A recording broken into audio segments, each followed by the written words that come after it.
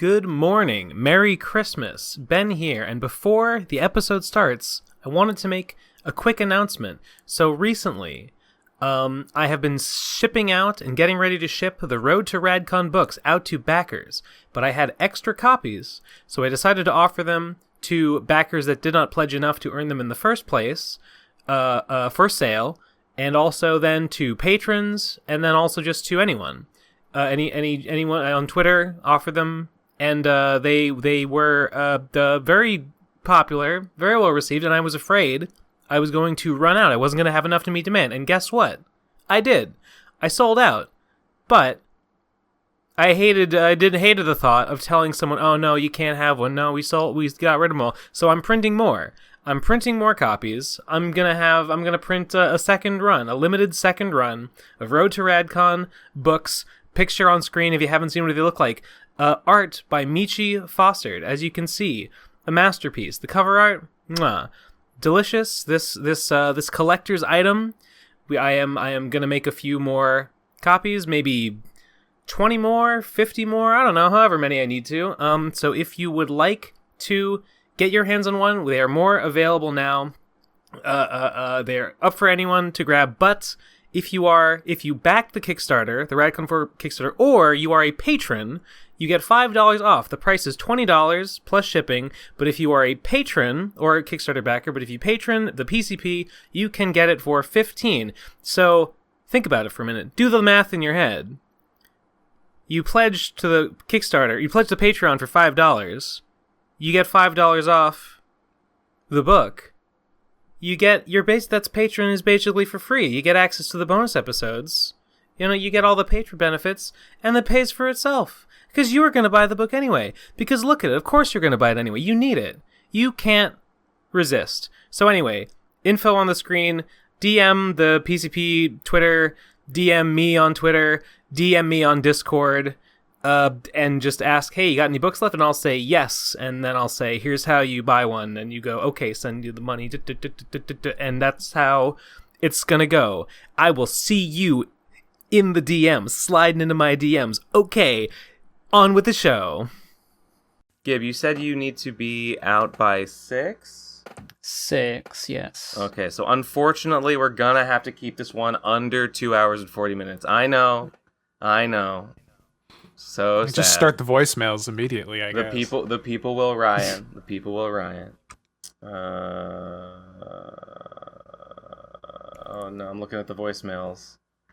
Oh There's no. We got, well, not that many. We got a normal amount. It's like 50, like 70. But that's too many. We could just talk. We could just talk, and then no. If we have to cut some voicemails, we could just cut some voicemails. Just be like, oh, end of the episode. Sorry. True. Have we started? Is this the beginning? Yeah. Hello, everybody, and welcome to this episode of the Procrastinators podcast. Cold open us complaining about the voicemails, and that's relatable, because I'm sure as you, the viewer, are opening up this episode of the Procrastinators podcast, you are thinking, God, I'm not looking forward to 40 fucking voicemails. Well, we're right there with you, friends. Yeah. We're gonna suffer together. You can skip through the voicemails. We have to live through them every single time. Yeah, we don't have a choice. You could say we remember it so you don't have to. No, I wouldn't say that. Hey, so I want to kick things off, because this is a big hot moment in video games. What? Oh, you're talking about... Oh, God, I know what you're going to talk about. It's about Deltarune. Chapter 2 came out. Have either of you played it? I have not. No. I want to. I downloaded Chapter 2. I knew you were going to... And I knew it was going to come up. Now we're going to, clickbait another bunch of people, like, oh, PCP talking about Deltarune? No. It's just Gibbs saying, oh, I played Deltarune. It was really good. You should play it. We'll have to revive the Bustercast format for Deltarune when we've all finished it. You've all been tricked. Oh God, fuck! We never did. Eleazar, make sure the thumbnail is nothing but Deltarune. No, nothing but Deltarune. we never did the Cyclonials cast. Those terrible. Those poor Deltaruiners. Those That'll Delta be the variants. title. Delta ruined. Those poor Delta variants, all waiting to hear about Susie. The episode's Delta ruined, and it's just Susie in a surgical mask. Oh, I'm Delta ruining. I'm Delta ruining right now. That's what I said when I was playing it. Oh, yes. Did you make the face? Oh yeah, of course I did. Yeah. It's such a 1 good, to 10, it's a how good poggers one, was it? and it's free, so that's nice. Is it better than Chapter 1? I would say I haven't played. Well, obviously, I've only played Chapter 1 when it came out. I haven't played it again. Yeah. Kind of was waiting to. I was thinking of replaying Chapter 1 as well, just to kind of get the I don't full think experience. it's that necessary, as long as you remember like the gist. I don't really. I think I remember like the Chris. I played Chris it with is, Ben. Chris is That's your how long guy. ago it was. Yeah, we played it all together at Trixie's place. Oh for yeah, games. And that was Yeah, the we clip were all where in- that was the clip where you were in streaming Boston. it, and Munchie Yeah. screamed Sans when he saw him. Yeah, we all screamed Sans at the same time. I totally forgot about that, but yeah, you're right. Yeah, you're right. I don't think Yeah, I ever but, like, played it on my own. Maybe I did. I Yeah, don't me remember. neither. It's a good time. It's you're Chris. You're like a tall Frisk, and you live in a place, and then one day you go into a fucking dark portal with this It's girl an isekai. Susie. Kinda, yeah, and well, yeah, that is what that is. It's a video game Undertale is world. also an isekai. They're all isekais. If you think all the about best, it. all the best If you stories. think about it, I mean, there's If you no think about it. like, well, whatever. I'm just trying to think of like how the world of Undertale in the real world and the monster world, are they physically the same place? Because then it wouldn't be an isekai. It wouldn't be like going into a different universe. It's just falling into a hole. Well, I mean, by that logic, Alice in Wonderland isn't an isekai because she just falls down a hole. But like, No, she has a dream about it. That's not a real hole. That's not No, actually down she- there. I never read it. I don't know.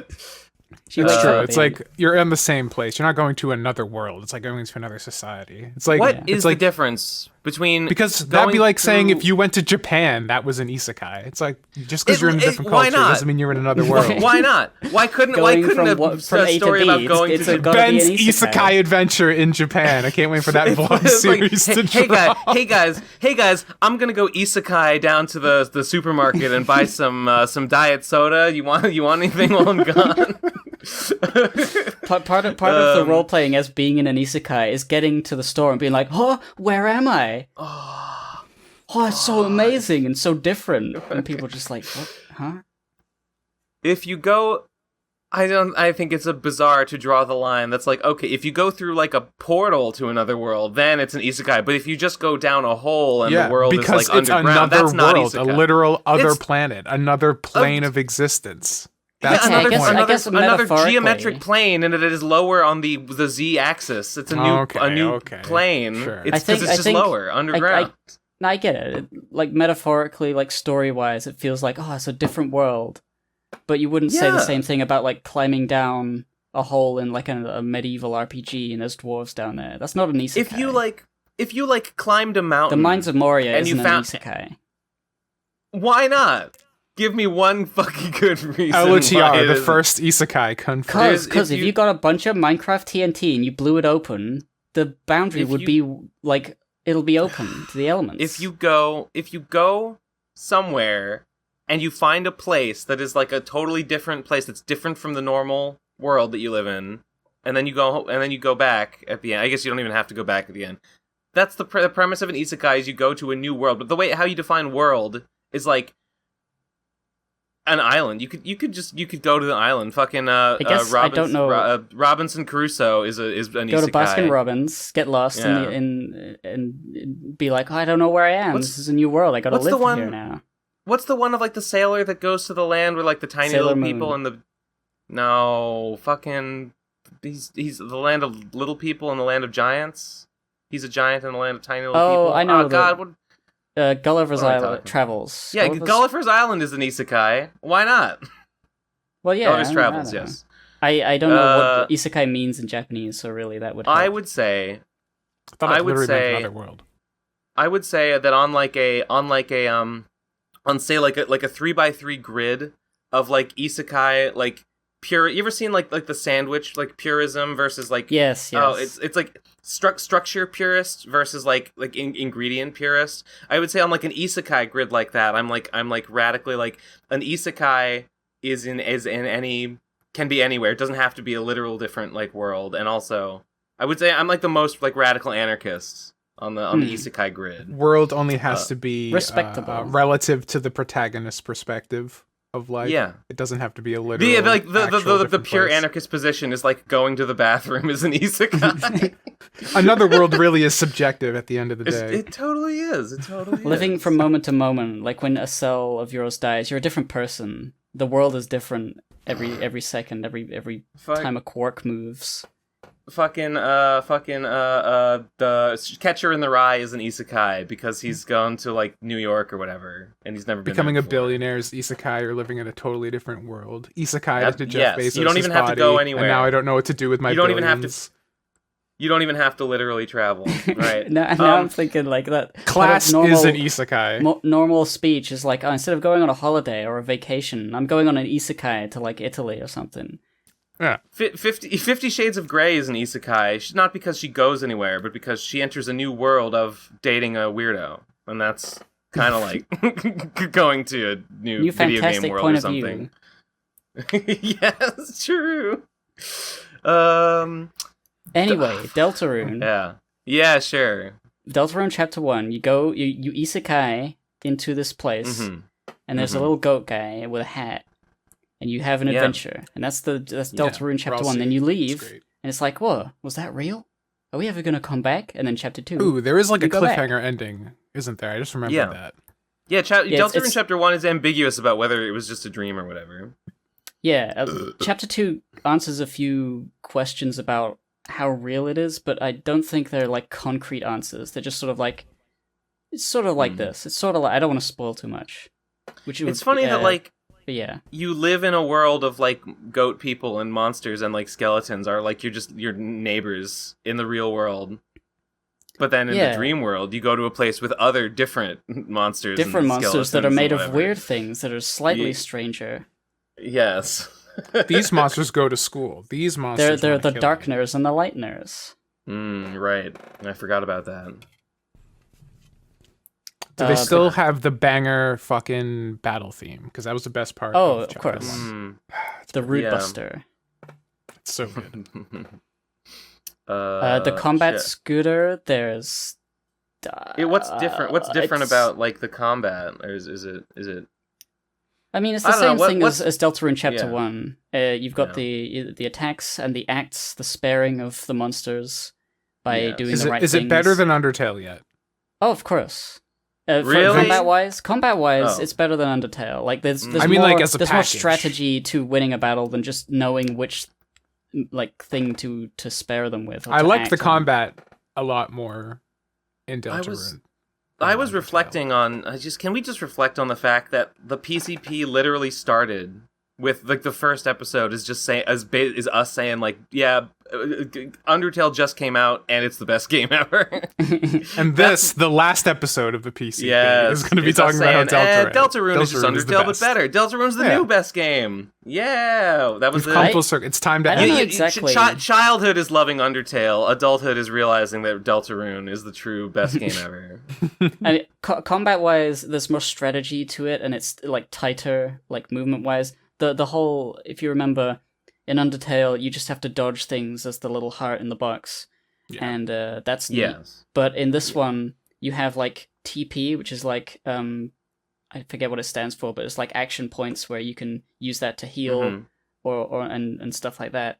You get a little bit of TP by edging close to a projectile, but not getting hit by it, and you get like a little sound. Like that fucking video game with the anime girls.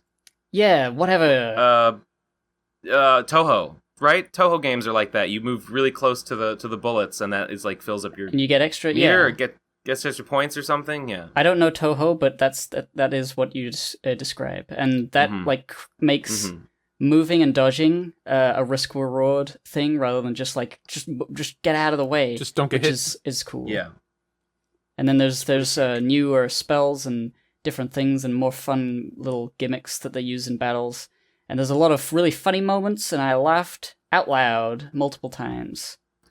I guess I should play it or whatever. How long is it? How much of a time commitment do I have to make? It is not that long. I completed it the day after it came out, because it came out at like midnight and I was too tired. It was like 3 to 4 hours, and I was pretty thorough. I want to play through it again and do like different things that I did the first time, but I got to the end where credits like chapter 2, and then it showed like a list of Deltarune chapters that you could pick. You could choose to play chapter 1 again, 2, and then there's like 3, 4, 5, 6, and 7, which are not clickable yet because they're not out. So 7 chapters, apparently. It's a lot. It's like a decade of work at least at the rate he's going. Yeah, I don't know. I heard somewhere that he wanted to release the entire rest of the game in one go, but he didn't, and I guess I he's can doing make chapters. more money this way. Well, I don't know how he's making for money free. right now. So I think the next one is going to be like a bundle of like chapters 3, 4, 5, and that's going to be the first like paid part of Deltarune. And then like the last 2 chapters will be like paid DLC or something, maybe. Well, the paid for the rest of the chapters, yeah, I guess. Yeah, I don't know. I don't know. I don't mind. How dare he charge that. for his game? Toby Fox is a Yeah, billionaire. you should charge. In fact, I want to pay a lot because it's really good, and I would like to pay. I would like to pay as much as possible, please. I would like I'd to pay as much like as to possible. get isekai'd into Toby Fox's life so I can know what it's like to be successful. I want to isekai my money into his bank account. I'm gonna isekai myself into the fucking poorhouse by sending all my money to Toby Fox for his video game. I'm gonna isekai myself into debtor's prison. Isekai'd myself into debtor's prison to play Undertale, but I don't have a computer anymore to play it on. It's the light novel that starts like, oh, I got sent to jail and it was really bad and nothing ever good happened. I sold my computer to buy you a copy of Deltarune Chapter 1. I sold my copy of Undertale to buy you a computer to play it on. Fuck. Well, now I guess jail by our own definition now is also an isekai. That's a different world. Absolutely. And so is the grave. Orange is the new black was a great isekai series. The best Western isekai. The grave. Death is the ultimate isekai. It's like Dumbledore said. It's like Dumbledore said in the Deathly Hallows. To the well-organized mind, death is just the next great isekai. I think I remember that one. The greatest isekai that's the ever thumbnail. told. Eleazar, that's the thumbnail. Do it. Yes, please. Oh, I'm having a fucking ball over here. Blah. But yeah, like Susie's really cute. Ralsei's really cute. Chris is really cute. And there's a lot of characters who are really cute. I don't want to spoil too much about who appears. But yeah. Okay. Everyone who is excited about Deltarune has already picked it up and played it. But you guys, I wasn't better. Excited enough. I expected more gamer fuel from you. Sorry. No, I was too busy making a video game channel. I struggled. I was too busy satisfying our fucking satisfied customers on Road to Radcon 4, the Patreon, Kickstarter backer rewards. I got a huge stack. I got stacks and stacks here of envelopes that are addressed and ready to go out. I've been doing that. I've been handling all the orders. They are madman. Soon to be shipped out into the world. You really don't realize how much of a logistical nightmare mailing things is until you run a Kickstarter. Yeah, it took and me. You're like, this fucking sucks. It's taken me several days just to. It probably would have taken me like 2 days to address all the envelopes. There's 126. You think to yourself, addressing 126 envelopes. How long could that take? Like an hour? No, there's always a little bit of. It's like double checking, and then I'm trying to write and then I mess up the address, and I got to start again, and then it's like, okay, well now I got to like arrange them and like organize them into like domestic versus international, and all, and everything just ends up taking longer than you think it's gonna. It's just one of those things. But it's fine. It's not that bad. It's not as bad as when I had to do like the vapors or something, because it's just the book. I don't have to organize them into categories of like, okay, this one gets this pin, and this one gets that pin, and this one gets that extra bonus thing, and I got to sign these ones, and da da da. It's just book in envelope. So it's not even. It could be a lot worse. Yeah. But yeah. I've got almost.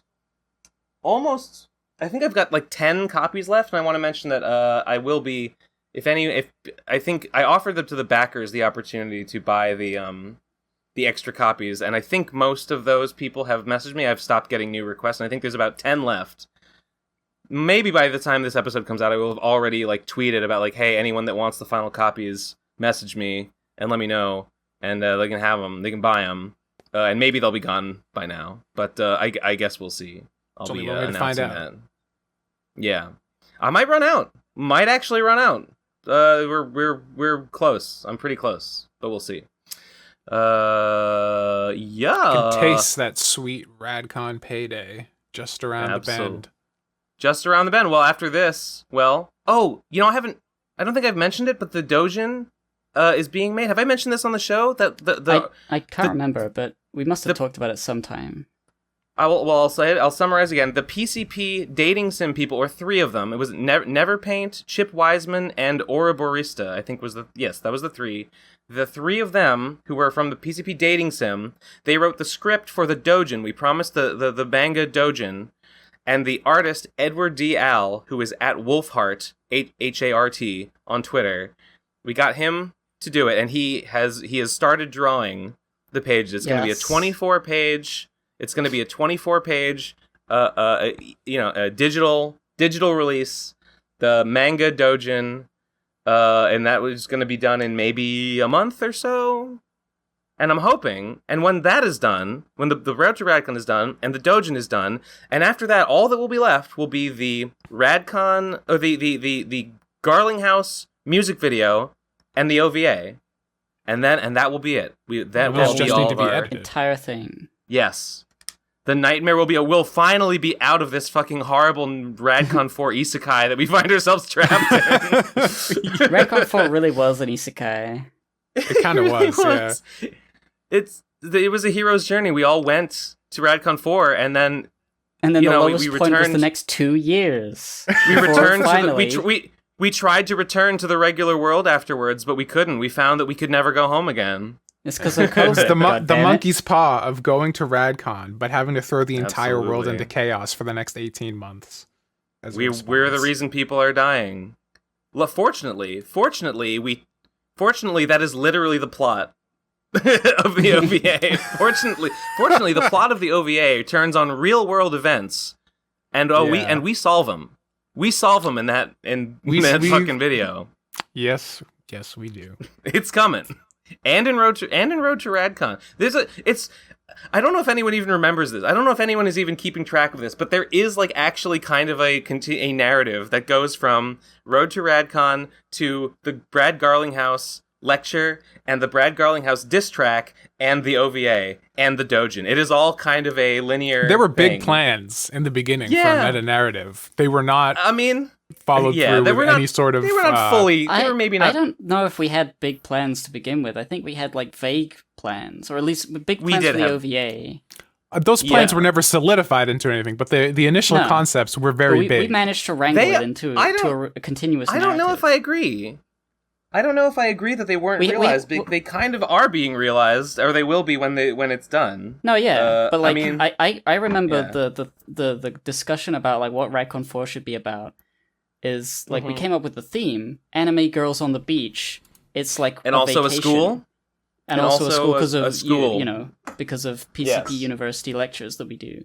Yes, and it's like like anime, and that was kind of the extent of it. We went to a beach. Yes. We had the idea of doing an OVA, and then all these other things related to beach anime theming. But I didn't think there was like a plan for the narrative of the entire thing to be contiguous. Yeah, you might say that the whole thing was a real dog's breakfast. Yeah. Yeah, and if you want if you're curious about does that mean anything to you? No, maybe you should listen to the bonus episode that isn't out yet, but it'll be coming out soon. Well, that's it. That's just a taste. That's just a taste of the FOMO that you, the listener, are going to experience if you are not pledged to the. That is just a taste of the inside of all the inside jokes and japes that you're going to be confused by and feel like a total fool if you are not pledged to the Patreon and listening to the bonus episodes and knowing what we're talking about. Dog's breakfast, delicious. Oh, speaking of the Patreon, I guess I should mention that the funny thing happened, and PCP Patreon now is bigger than Trixie's Patreon now. Oh yes, I saw that. By $1, at least in the image that you tweeted. Yes, it was literally the $1 that I paid that one guy $2 to unpledge from her. It made all the difference. Got the moral victory, I suppose. I got the moral. No, I got the moral L, but I got the physical victory. More money. I sacrificed my soul. I guess that's true. Yeah. Absolutely. No, it has gone up a bit. So what are we at? We're at like 670, I think. Based. 669. 669. Yeah. It has almost doubled since releasing those bonus episodes and changing the model. It all has almost doubled. So that's pretty great, and thanks everyone for pledging, and also fuck you for listening to the playlist without paying for it for all these years. I guess people do need consequences and like monetary incentives to do things. Otherwise, they just don't. They just steal things and take things. I'll be honest. I'll be honest. I kind of knew. I knew that like the playlist was an insecure system and it could very easily leak, and anyone that had the link could give the link the playlist, and then they would never leave a pledge. And I was like, yeah, I know that's true, but also I feel like it's gonna leak one way or the other. Like if people want to hear the bonus episodes without paying for it, there's always gonna be ways to do it. So whatever. And really, like, people are going to pledge, not really because to get the bonus episodes, because leaks are inevitable. They're going to be pledged, because they just like us and want to do us the solid of supporting us. Well, it turned out I was wrong. They want the goods. They want the goods, and we weren't gatekeeping hard enough. So now I've built the wall. I've built the wall. And you know what they say? Big, strong walls make good neighbors. You built the wall, and the patrons are going to pay for it. Yeah. Based. Very exciting time to be a procrastinator. You might say. We certainly lived up to our names in securing those bonus episodes. Took a good 4 years. Absolutely. And we did the fun fact contest was the bonus episode that me and Gib recorded the other day. It will be out at the beginning of what's the fucking next month? Is the next month October?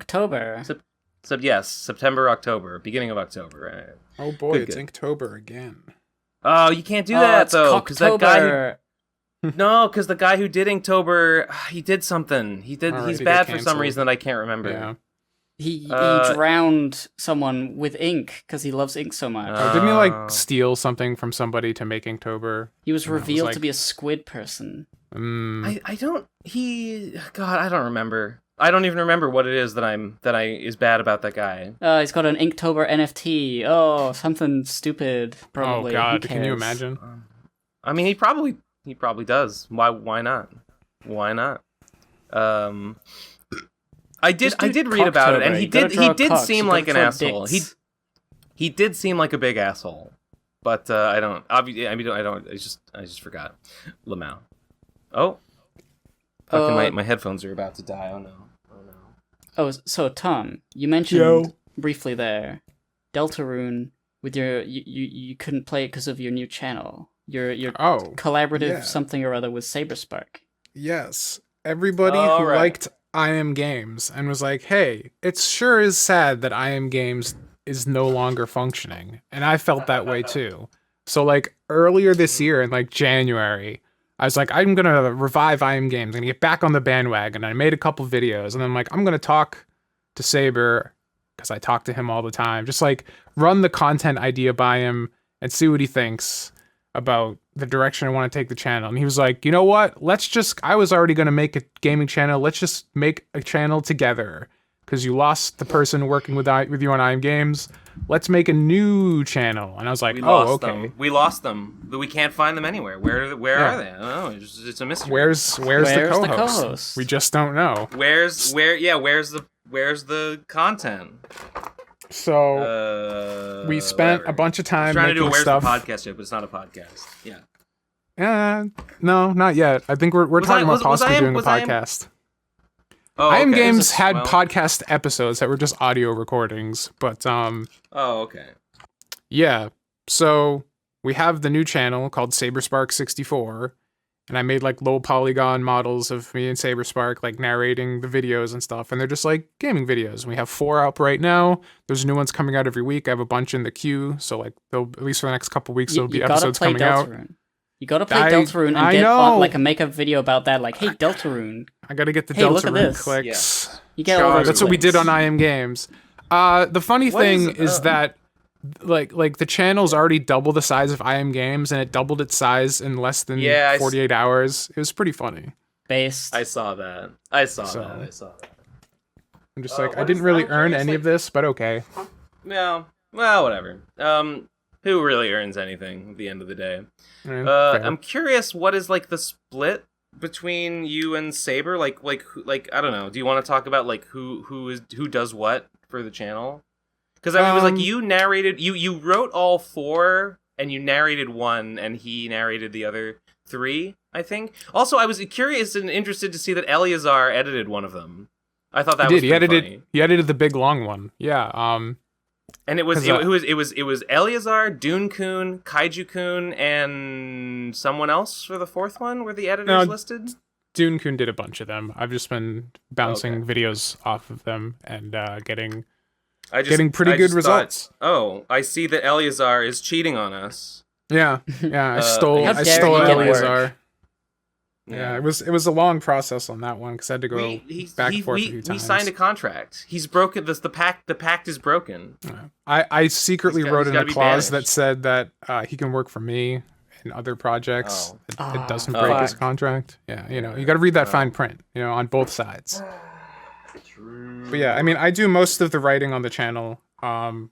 There's some subjects coming up, some longer like essay style videos in the vein, because we have a big 40-minute video right now called What Ruined Mobile Games, and that's like a sister video to the thing that just went up on Saber's main channel, which is like looking at like terrible video game ads for like mobile games, like the cringy, sexually charged, awful garbage ads. So this is like looking at like the mobile phone industry and how it like turned really shitty. And then the other ones are just like short little kind of essays that'll be in between. We're going to try and do one big video a month, and then I'll just do smaller ones in between to kind of keep the channel alive in between the big tentpole releases. And those are like the big collab ones where we both kind of like do research and stuff together. But the ones in the interim are mostly just little essays I shit out on the weekend to just like keep the channel alive. So yeah, that's like the division of labor, I guess. But okay. Pretty cool.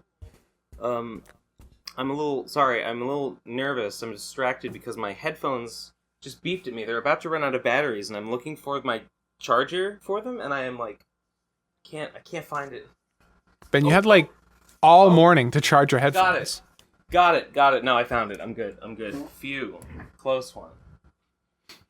Yeah, I didn't know they were low. I didn't know they were Unlike Deltarune, recording a podcast and just missing your headphones dying does not give you extra TP. It just yeah. I have a story. I have an unfortunate story to relate. I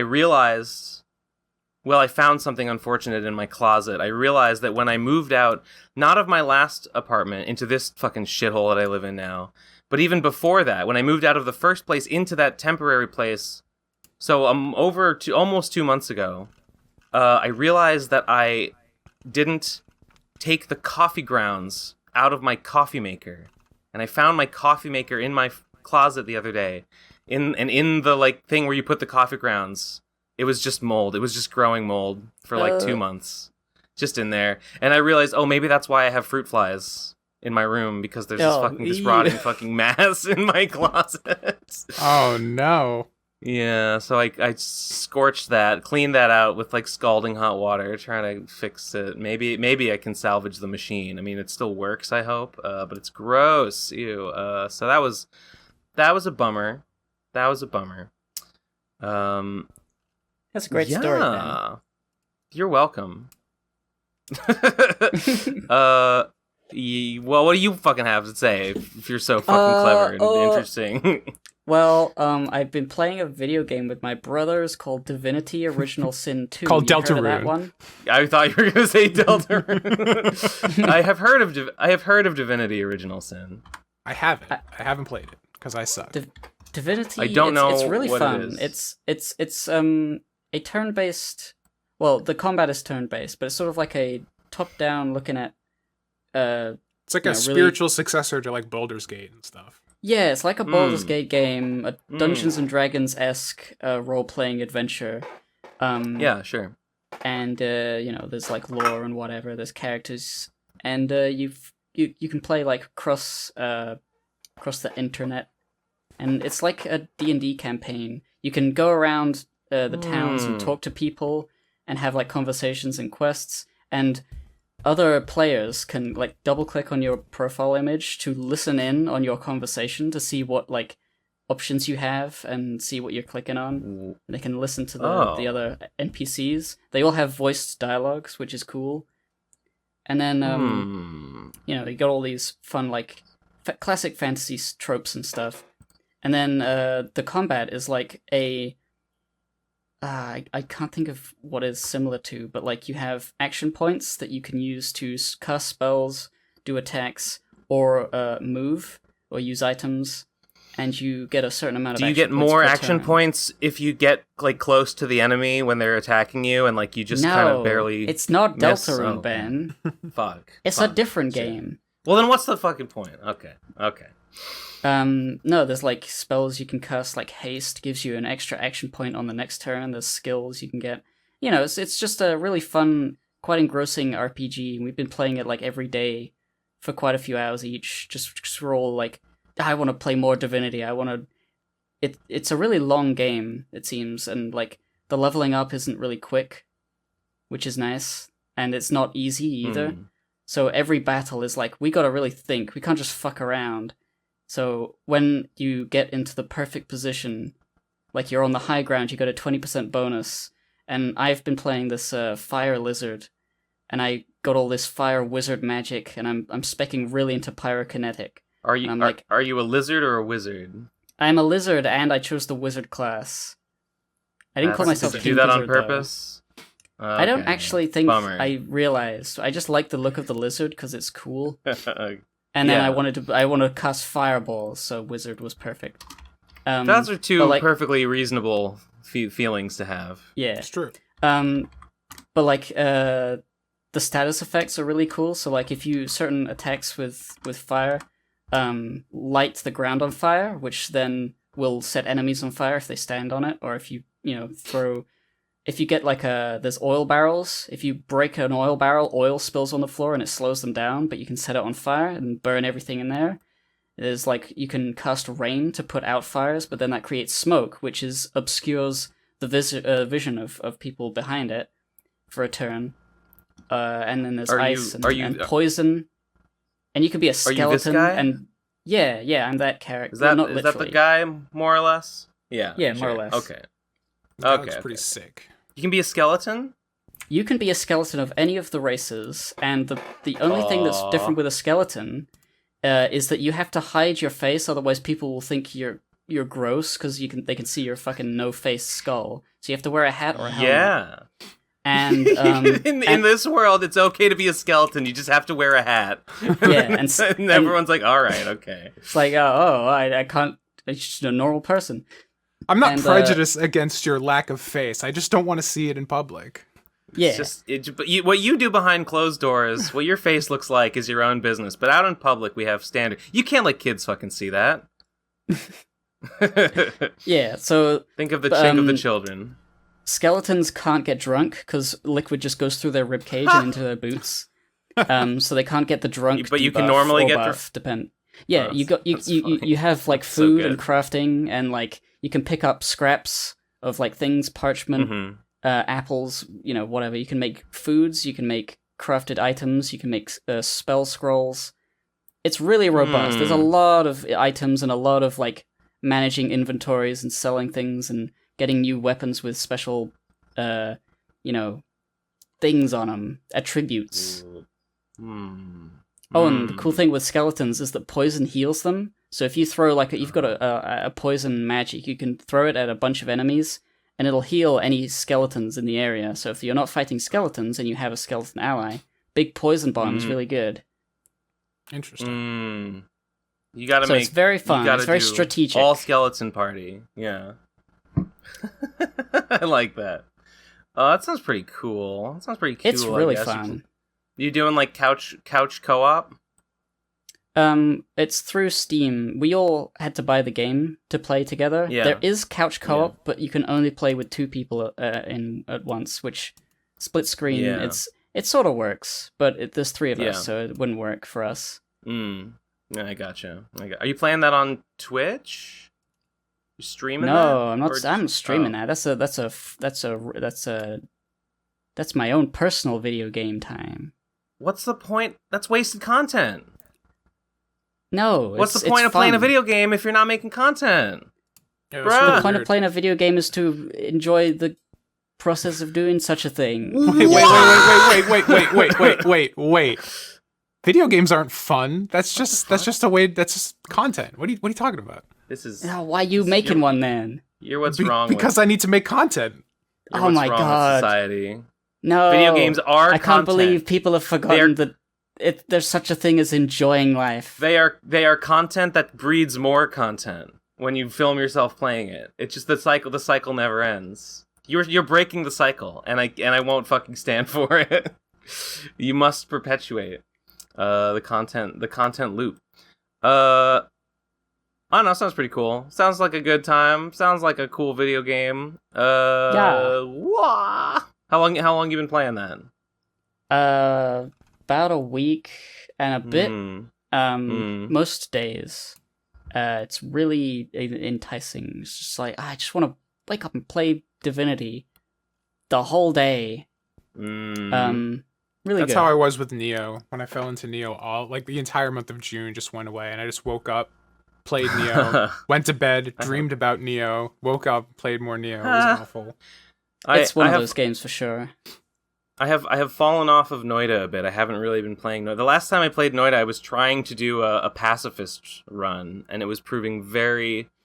I managed to do a no gold run, but I have not managed to do the pacifist run yet. Have you done a genocide run?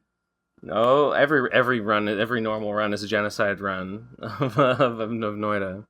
I haven't been playing video games that much. I've been making my fucking game, which is really coming together.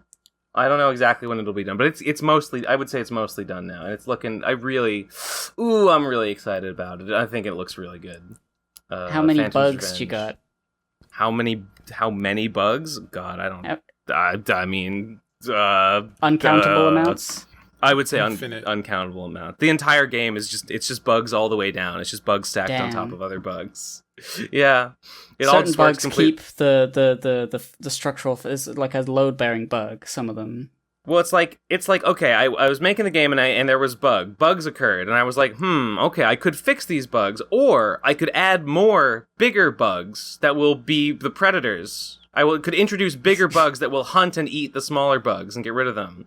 And I was like, okay, there's nothing could possibly go wrong with that plan. And I've just been repeating that process over and over again, and the result is until like opening the program crashes your computer.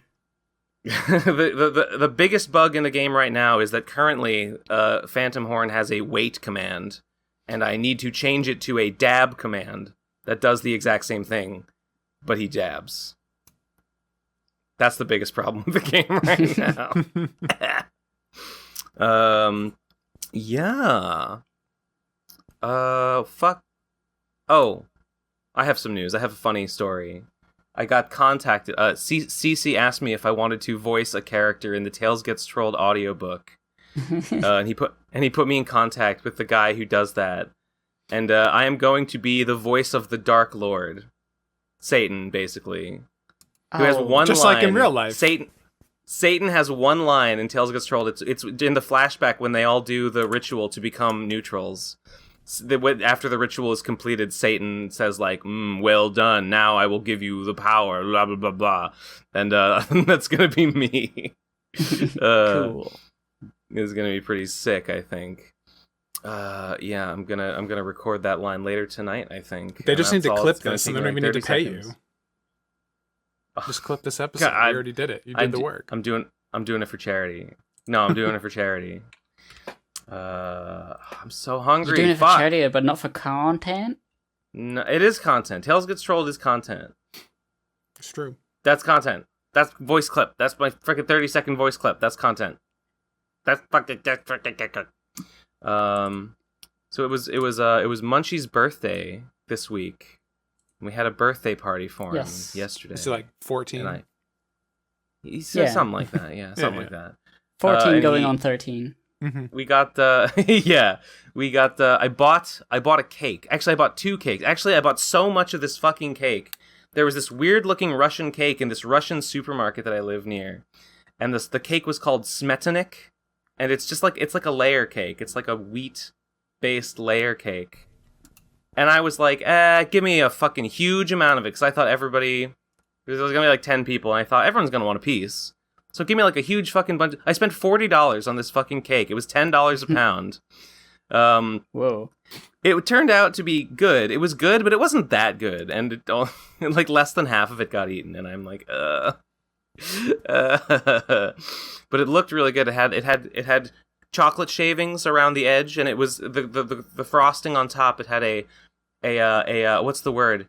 A confit of like reduced glaze of berries. One was mixed berry, and the other was blackcurrant.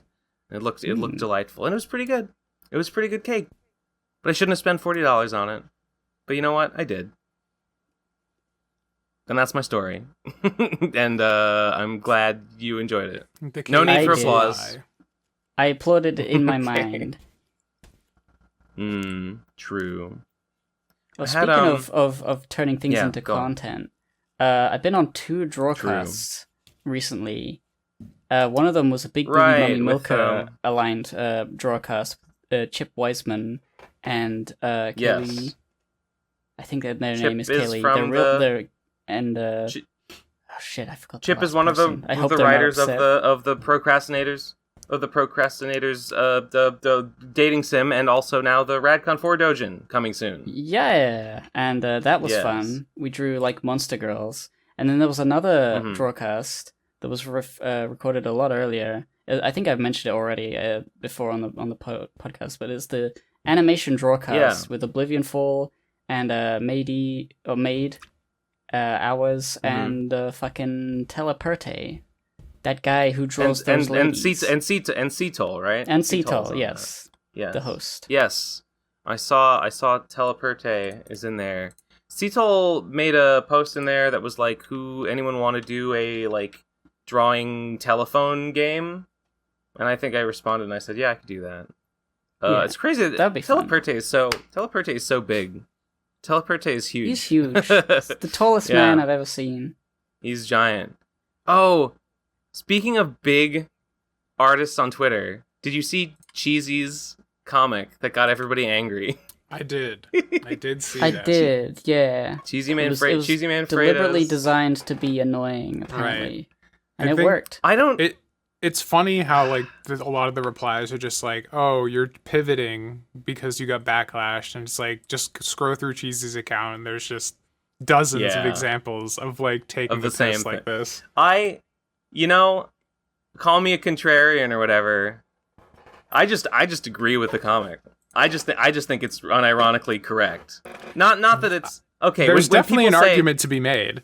When people say like, artists don't owe you a retweet, it's like, yeah, no shit they don't. Nobody said they do. The point of the comic is just, it's annoying when they don't retweet. I wish they would.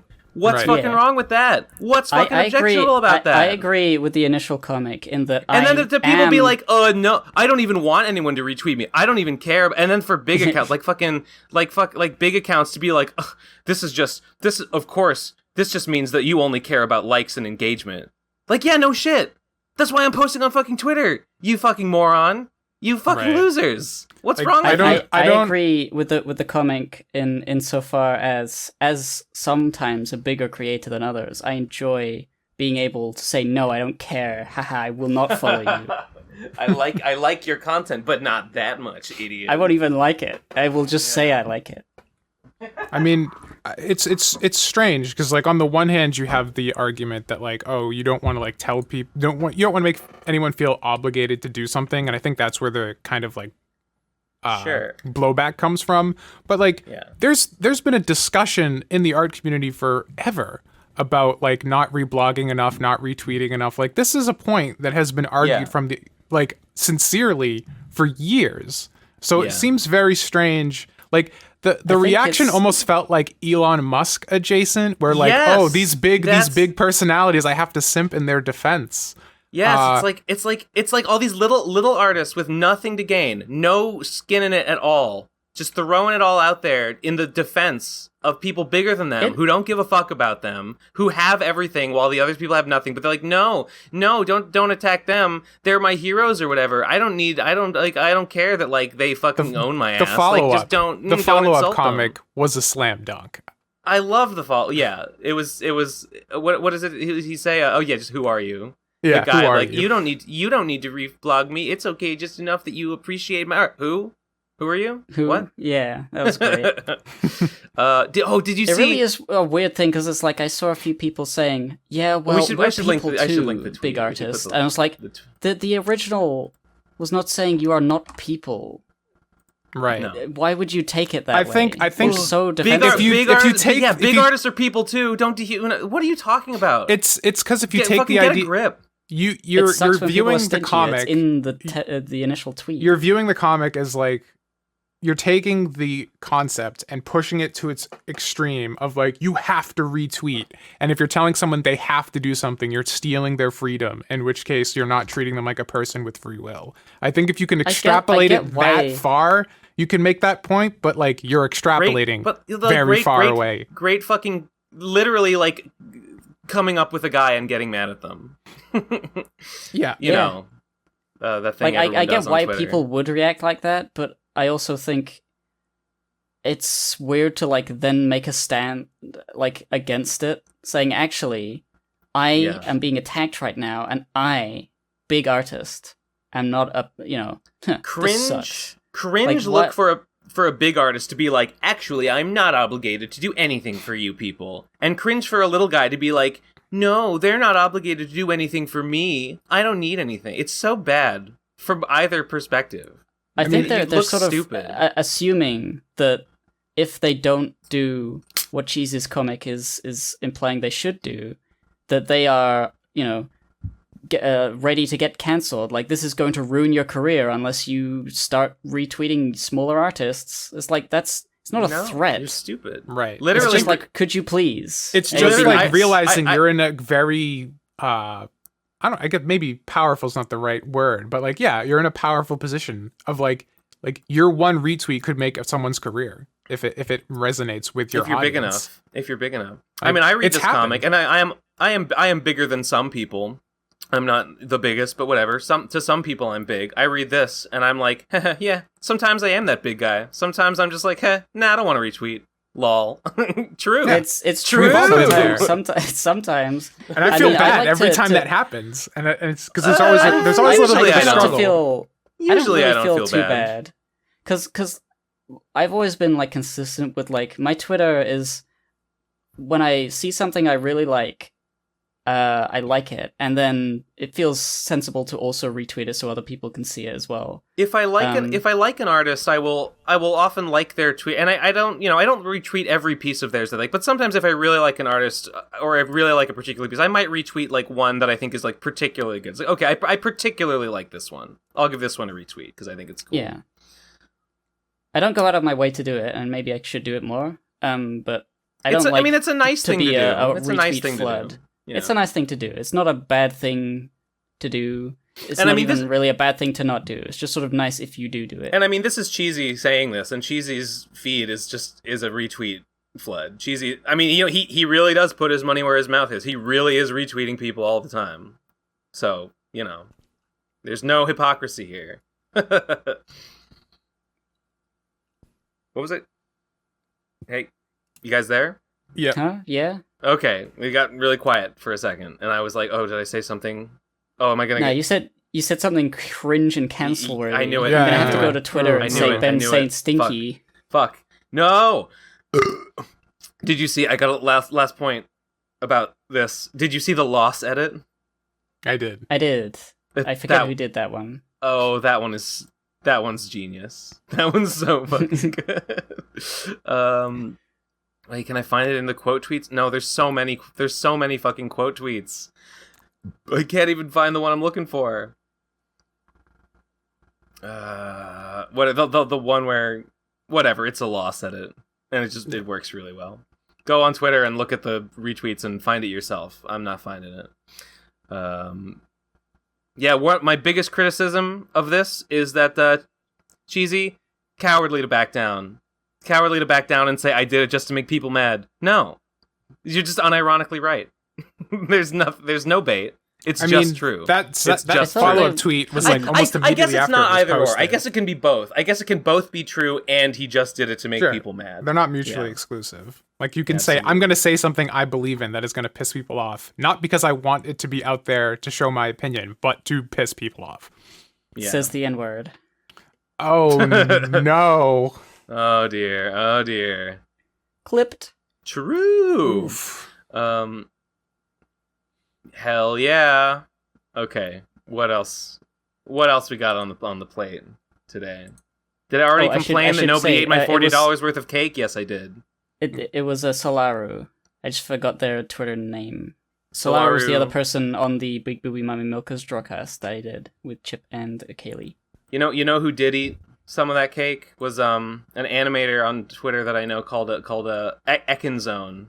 His name is Ethan. His ad is I know that Ekinzone. He drove out for Munchie's birthday. He drove out from New York, and Jesus. Gentleman that he is, took pity on me and took home like a big chunk of the leftover cake. Immediately dumped it on the side of the road, like halfway. Honestly, I mean, it was good. It was good. It got an unfair shake. I just bought too much of it. It's so sad. What have I done? It was a learning experience. I was standing at the counter, and That's I was what you get for buying so many carbs, Ben. And I was like, oh, do I get just one big piece to share, or do I get two? And I was like, just one or two, just one or two. And I was like, give me two. And then she was wrapping it up, she was weighing it, and I was like, oh my god, this is gonna be like $40 worth of cake. And I was like, no, actually, just give me the one. And she's like, oh, just one? Okay. And I was like, oh no, I hurt her feelings. Okay, never mind, give me two. Oh no, I got her hopes up and then I dashed them. No, I have to now. Okay, give me two. Ben, you just were guilted into retweeting that lady's cake. What the fuck? I was. Doesn't she know that I'm human too? Doesn't she know that I'm not obligated? I'm not obligated to buy that second piece of cake. I like your cake. Thank you. But I'm so Are afraid. Are you gonna buy more? Hell no. I'm gonna get canceled if I don't buy the second piece. We're getting cake artist. What a life. What a world. I met a guy at Mice. Me and Munchie and Kazzy and Crack and a bunch of people were hanging out. This was weeks ago when we went to the Mini Mice Comic Expo, and I was selling vapors and I was selling RFCK pins and such. It was great. Sold a lot of stuff. But we met a guy there who had a podcast, and we just so happened to notice him because his podcast's logo it looks like Endless War. It's the little Illuminati triangle, it's the little pyramid head with the eye on it, and it's green. And he has an audio podcast called True Tales of the Illuminati, which I have not gotten around to checking out yet. But I just thought it was funny. We were like, hey, I'm selling green. I'm selling a green triangle over here, You got a green triangle over there. Well, let's compare notes or whatever. Let's make a green diamond. We put them together. We went out and we hung out and we got Chinese food with that guy, and talked about podcasts and stuff. And my braised chicken in brown sauce was so full of bones. There were so many bones in my fucking braised chicken in brown sauce. I couldn't believe it. I was like, wow, this is great for only $10. But then I bite in and I'm like, oh my god, it's all bone. And it's not like it's not of getting an iced coffee. It's just 90% ice. Chicken's just 90% bone. And it's not like it was chicken on the bone, like a chicken wing that you eat off the bone. No, it was like chopped chicken, like diced pieces of chicken. Just many of them contained large bone segments. This happened to me when I was in Ohio, and we went to this this North Market. It's like a bunch of small restaurants and stuff. You can just like order from local places there.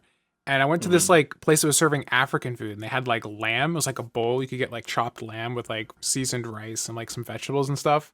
And so I got the bowl and I brought it home and I took a bite, and like the lamb, all the pieces of lamb had bone in them. I'm like, this is a bowl. How am I supposed to eat a bowl if there's bone in there? It was the same. It was mine. Mine was in a bowl and it was diced chicken. I'm like, I'm just gonna grab a fork and eat this. Now I'm thinking maybe I'm the idiot if this is like something that's happened elsewhere. Well, Joan, as Can speculated that like maybe you're supposed to like you put the piece in your mouth and you kind of like suck on it. Maybe you kind of just suck the meat off the bone and spit the bone out. And I'm like, I guess that's one way to do it, but I don't like doing it.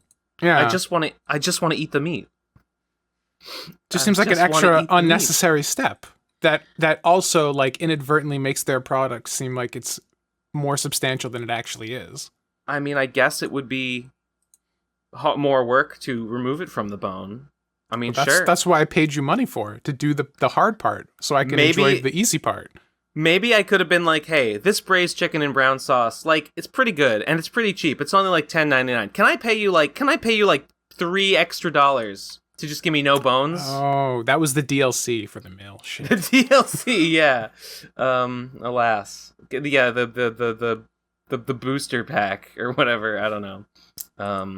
Can I buy a season pass for no bones in my in my braised chicken and brown sauce, please? Sad. Oh, good noodles though. Good noodles at that place. Hell yeah. Hell yeah. Well, hey, I've run through my entire list of things I wanted to mention on this episode of the Pro Crastinators podcast. The only other thing I had on my list, because I did make one once you said you were doing that, because it was a great idea.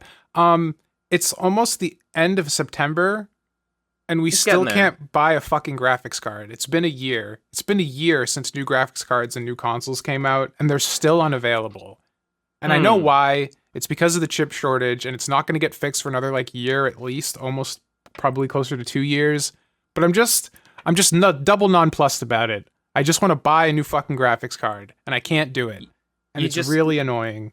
You just can't get one anywhere, like, or they're like way too expensive on eBay or something. They're being scalped? It's like both. The production is like down really low, so like there's not as many being made as there should be. And the ones that are all being bought by scalpers immediately with bots and sold for like 4 times the price. And it's like I'm not gonna buy a $400 graphics card for $2,000. Like, die. No, absolutely not. So it just is infuriating, and I cannot believe it's still happening. Like it blows my mind that like normal person, like, dude, like imagine being like 15 and being like, oh man, I can't wait to get the new Xbox. Santa bringing me the new Xbox, and it's just that was me. That was me. They don't exist. They literally don't exist for 2 years now. For the second Christmas in a row, children's lives are going to be ruined. Wow, when you put it like that, play fucking GameCube or whatever. Oh, we're gonna have. Oh, they're gonna get into retro gaming. I don't want to. We can't play video games on this PlayStation 3. That's fucking Grandpa's old console. We might as well fucking listen to turn on the fucking the shortwave radio. Put on the gramophone. Yeah. No. Listen to the Undertale soundtrack. Yeah. Everyone just has to play Deltarune because it's the only thing that'll run on their laptop because they can't afford graphics cards or anything for their good computer. True. It's just annoying. Fuck, that's just so fucking tragic. sucks. I'm just super thinking, bad. like, in context of me, like, if I had to wait 2 years while all the cool PlayStation 2 games were coming out that I couldn't play just because it's like, oh, no, like, a bunch of jackasses with more money than sense are literally spending $700 to get access to a bot that lets them buy 150 consoles in 0.6 seconds, and then they flip them over the rest of the year. Hell yeah. that. I should get in on we the need- scalping game. I need to see more of those, like, triumph posts where, like, some scalper's, like, warehouse got busted into and all of his shit stolen. Right? I love seeing that. You love to see it. There has to be, like, a market for, like, there's going to be a board on 4chan somewhere where they just find scalpers who post, like, screenshots of, like, all the consoles they have, and they, like, fucking triangulate their position based on, like, the fucking moon in the window or something, then break into their house and steal all the shit. I'd support that in a video game. As well. Yeah, It's the worst thing going on right now in the video game sphere. Yes. Is that you can't play the video games. The gaming sphere would be a good name for a podcast. The gaming sphere? The gaming sphere. Yeah, the game sphere. It's like the GameCube, but like it rolls off the table and breaks. Yeah. They're like the South Park console, the Okama Game Sphere. From that one episode. Doesn't it just way back in the day? Everyone's like, they just keeps rolling, and everyone's like trying to catch them because they keep rolling downhill. Am I thinking of something else? Somebody made a joke like that. Maybe. I don't where the game sphere just won't stop rolling downhill. I haven't seen that since like that episode came out in 2001. So I see. It's been Hang a on, hold on. I gotta put some apple cider vinegar in this fucking this seltzer directly water. into my face. Yeah, nice and tart. That's the good shit. Well, if there's nothing else of interest, we could move on to voicemails. It's true. We are on a time budget this episode. We have unfortunately, yes, we are tragically limited to under 2.5 hours today. So what a nightmare, am I right? It's barely even a podcast at that length. I would agree, and I am ashamed. But nevertheless. All right, well, you guys got SpeakPipe open? No. In 1 second. Come on, we gotta fucking... Whoa, they changed their UI. They changed the way it looks. It looks all different, but it still doesn't work because they still are letting us get voicemails, even though we're like... Oh my god. We're like 10 times over the data limit, and they just haven't stopped us. That's the pugginest thing. It is. I told the Tyler from the Anamorphin Time podcast DM'd me to be like, how do you guys do the voicemail thing? And I told him about SpeakPipe, and I told him, like, yeah, they say there's a data limit, but don't worry, there's not. He was like, cool. At least there's not, when we made it. I don't know if they've patched that since then, and we just kind of are grandfathered possible into their bullshit, but maybe it's we'll find possible. out. I don't know. Yeah, I wonder. I retweeted that they were making a request like, "Hey guys, send in voicemails to be read on the Anamorphin Time." Which hopefully, if they're probably going to still be doing it. So I guess this is a plug for fucking go call into the Anamorphin Time. Follow the Morphe Boys on Twitter. I need to get on that episode, podcast. I feel like I'm contractually obligated to get on the Anamorphing Time podcast. I feel like you are too. I wasn't going to say anything. But it's pretty cringe that you haven't done it. I mean, we talked about your lecture when I was on there a little bit. Only bad things, I'm sure. Of course. Yeah. Of course. We talked about all the all the factual inaccuracies and all the and how misogynist the jokes were. We're all fascists. We weren't wearing masks. Fascists. We have big we all went full mask off in that lecture. Yeah. Pretty you bad. know how it goes. Okay, let's play this first voicemail, shall we? Let's do it. The first one is Janess. 3, 2, 1, go. Ben, I thought your refusal to watch Our Taxi was just a funny joke. Then I pondered why you would do that, and it led me to a very subjective interpretation that you would rather just be spending time working on your art than watch something which would just be okay. That is the artist mindset I'm molding myself to adopt, to reject the need to be busy and become focused on being the ideal artist I want to be. That's very charitable. I would maybe say I kind of have a. This is actually something that I worry about a lot lately. Is just that I find it difficult to get excited about things, and I have very little desire to like try new things or like or like look into like new art or whatever. Like Deltarune came out. What do I feel about the prospect of playing Deltarune Chapter 2? Nothing. I'm hollow on the inside. So that's how I would describe. But if you want to call that being the ideal artist, sure. The ideal content creation machine. Yes. You just gotta like stuff. You just gotta enjoy life. You gotta play a video game.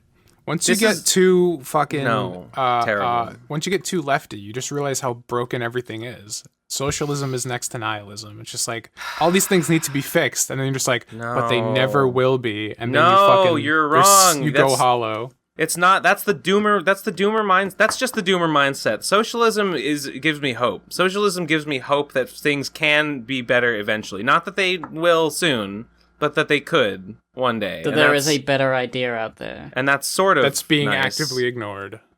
Sure, but it's honestly the real doomer mindset is that like, well, we live under capitalism, and there's nothing to even do. No point even talking about it. Because we just gotta fucking deal with it, because we live at the end of history, and nothing will ever change, and that's good, I guess. That's the capitalism is bad. Mindset. Capitalism is bad, obviously. It has its problems, but we're stuck with it, and we gotta make the best of in it. And also, that's actually good, though, and I support that. Right. Is the attitude that I feel like I see a lot. The default attitude of, capitalism, yeah, it's got problems, but what are you gonna do? But also, I like it and I like those problems, and I don't want them to go away. At least it's not communism. At least it's not communism. Whatever that is. I don't know. The next... You guys got anything else to say about that? No. I don't know. No. Okay. Never.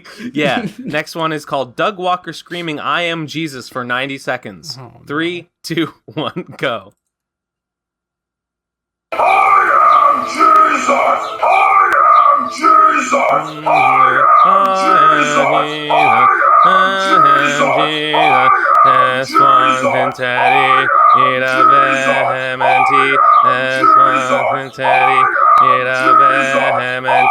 Sephiroth.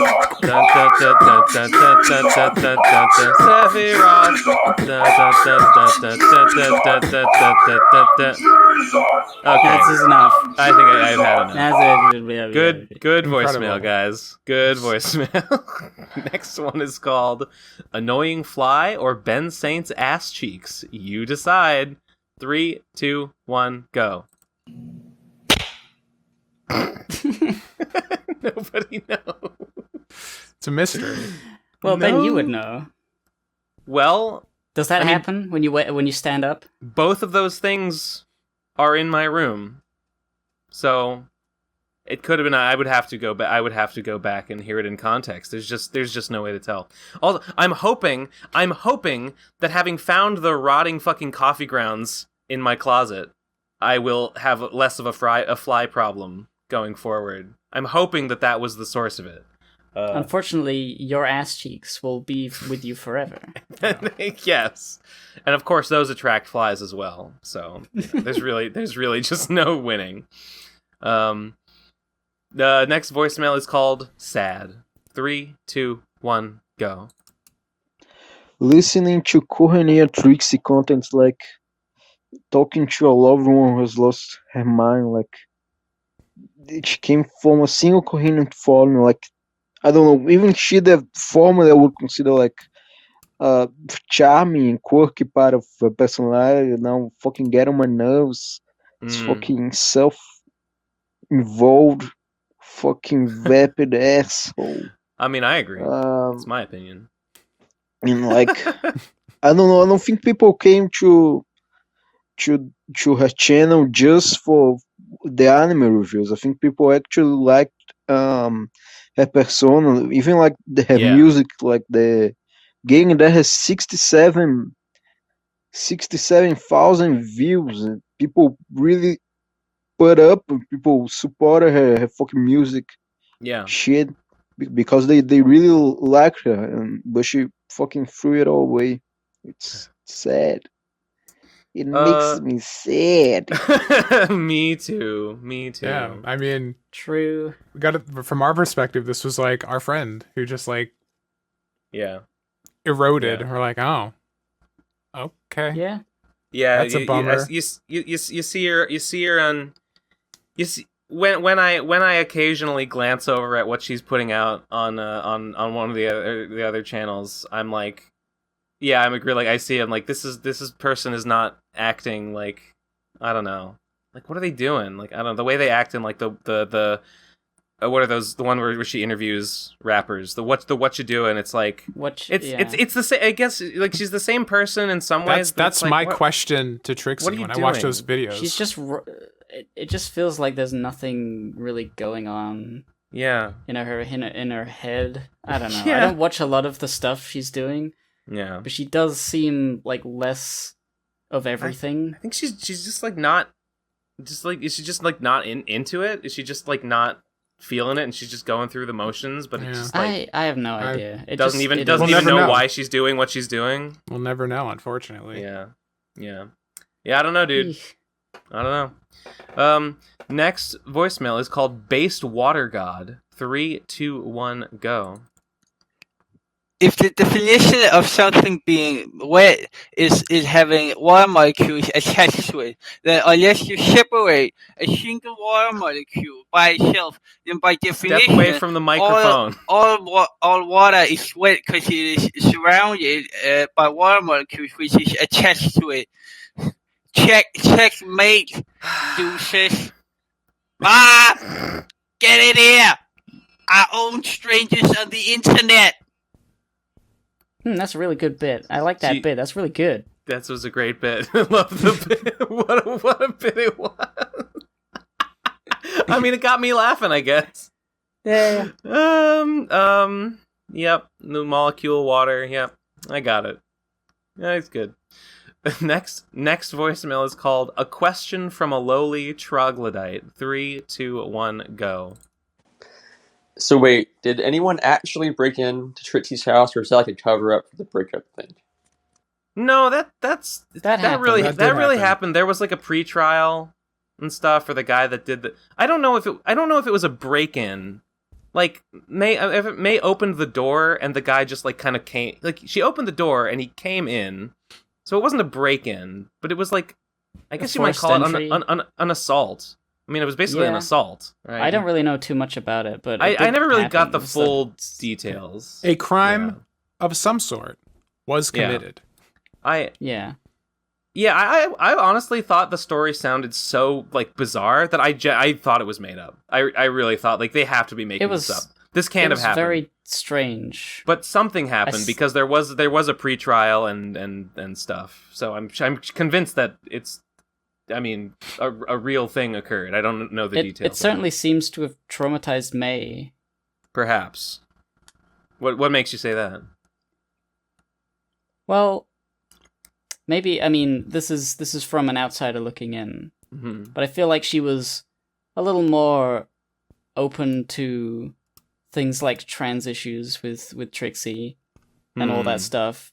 And then around that time, this happened. And then afterwards, the breakup happened. But I don't know what caused what. I certainly think whatever that, the break-in was, fucked up something. I mean, it couldn't have helped. A straw on a camel's back sort of moment. I don't know. It couldn't have helped, but I don't think, like, that is what changed. No, I wouldn't say that's, like, the main thing. But, like, I don't know. Sure, it couldn't have helped. Next voicemail is called Addendum to the Previous Question. 3, 2, 1, go. And by breakup thing, I mean cheating thing. Yeah, whatever. Right, sure. Fine. Next one is called Is This About May or Ben? You Decide. 3, 2, 1, go. glad you're not here because I don't want to forgive you. Wait. Oh, was that a Trixie song? That was a Golden Witch song, apparently. Is that new? Wait. I assume. Wait, I'm gonna listen to it again. Is that live? I'm glad you're not here. I'm glad you're not here because I don't want to forgive you. I don't want to forgive you. I thought she said, I don't want to fuck you. I would say it's probably more likely about May. I mean, if it's about anyone, right? It might not necessarily be about anyone in particular. Sure, could just be lyrics. It's just, I mean, heck, it could be about anyone. It could be about both of us. It could be about whoever she wants it to be. You know what? It's art, man. It's subjective, right? It means whatever you want it to mean. Yeah. Death of the author. It could be both. In your mind. It is both. And that's valid. And it's neither. And it's all these things at once together, superposition. And the universe is like connected or whatever. Next voicemail is this fucking fast upload link. Okay. It is called The Biggest, Most Awful, Most Tragic Event in Human History. 3, 2, 1, go. I'm about to hashtag delete my own channel, if you know what I'm trying to say. No! I don't even remember when he said that. No, Munchie, don't do it. No! Oh, it's too late. Don't do it, even though everything's gone. Oh, he did it. I don't remember when he said that, but Lamau, that's kind of what he did. And, what? Oh, well. Dude, foreshadowing is the genius. When you say you're not going to do something because you don't want to do it, but then you change your mind and you decide, actually, I do want to do that, and then you do it, that's foreshadowing. Next voicemail is called Women Be. 3, 2, 1, go. How did Mage leave the podcast and the percentage of women increased? Well, I guess it's weird, right? That's life. I mean, Trixie's gone, so I guess it's the same. The percentage is what? Oh, I guess the percentage. If there's only three of us, we're at 33% saturation. Yeah. Womanly saturation. We're almost equal. We almost have gender equality on the Pro Crastinators. Almost. We're almost there. So we need to kind of maybe pull back a bit from doing that. Yeah, it's a little uncomfortably high for me. Not gonna lie. We've gone a bit too far. We've gone woke. We've gotten woke and gone broke. And you're gonna have to introduce a gender pay gap and pay me less. You know what? Compensate. That's exactly what I was thinking. Now we're talking. You gotta pay the woman tax. Wait, that's a thing, right? Let's say that about like things that are sold as like branded for women are just like always a little bit more expensive, right? Like women's razors and women's the products. pink version of the healthcare product. I've always wondered if there's actually anything different. Like even something as simple as like, does the color add to the cost, or if it's just bullshit. It might be just a like, oh, this is sold as like a more specialized product, therefore we can charge a little more for it, or it might be that we go out of our way to maybe? We go out of our way to like make it aesthetic, and it's like adds production cost to the process. It's a mystery. It might be a little of both. Yeah, I'm sure there's some. I mean, I guess the good thing is like for a lot of those products, you can just buy the normal one if you really wanted to. So most of the time, probably. Like you can just get the regular razor. I know they say that about razors a lot. It's a common example.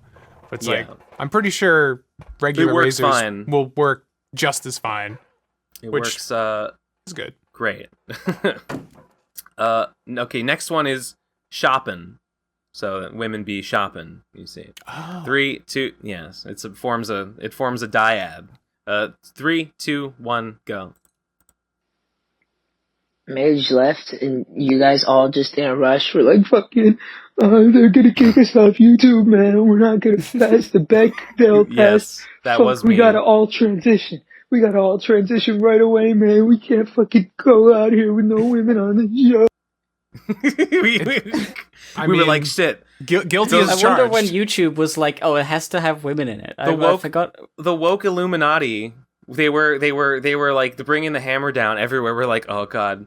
It was like, it's like how it's like Passover, right? When the angel of the Lord came over, I don't know, fucking, was it Jerusalem or whatever the fuck, and like killed your Egypt, firstborn, right? and you had to paint blood over your door, right? Lamb's blood to like get the fucking angel to not kill your kid or something, right? That's a story that happened. Yeah. Well, it's like that. We gotta fucking paint your fucking woman menstrual blood on the fucking door. Or YouTube is like, no, we can't.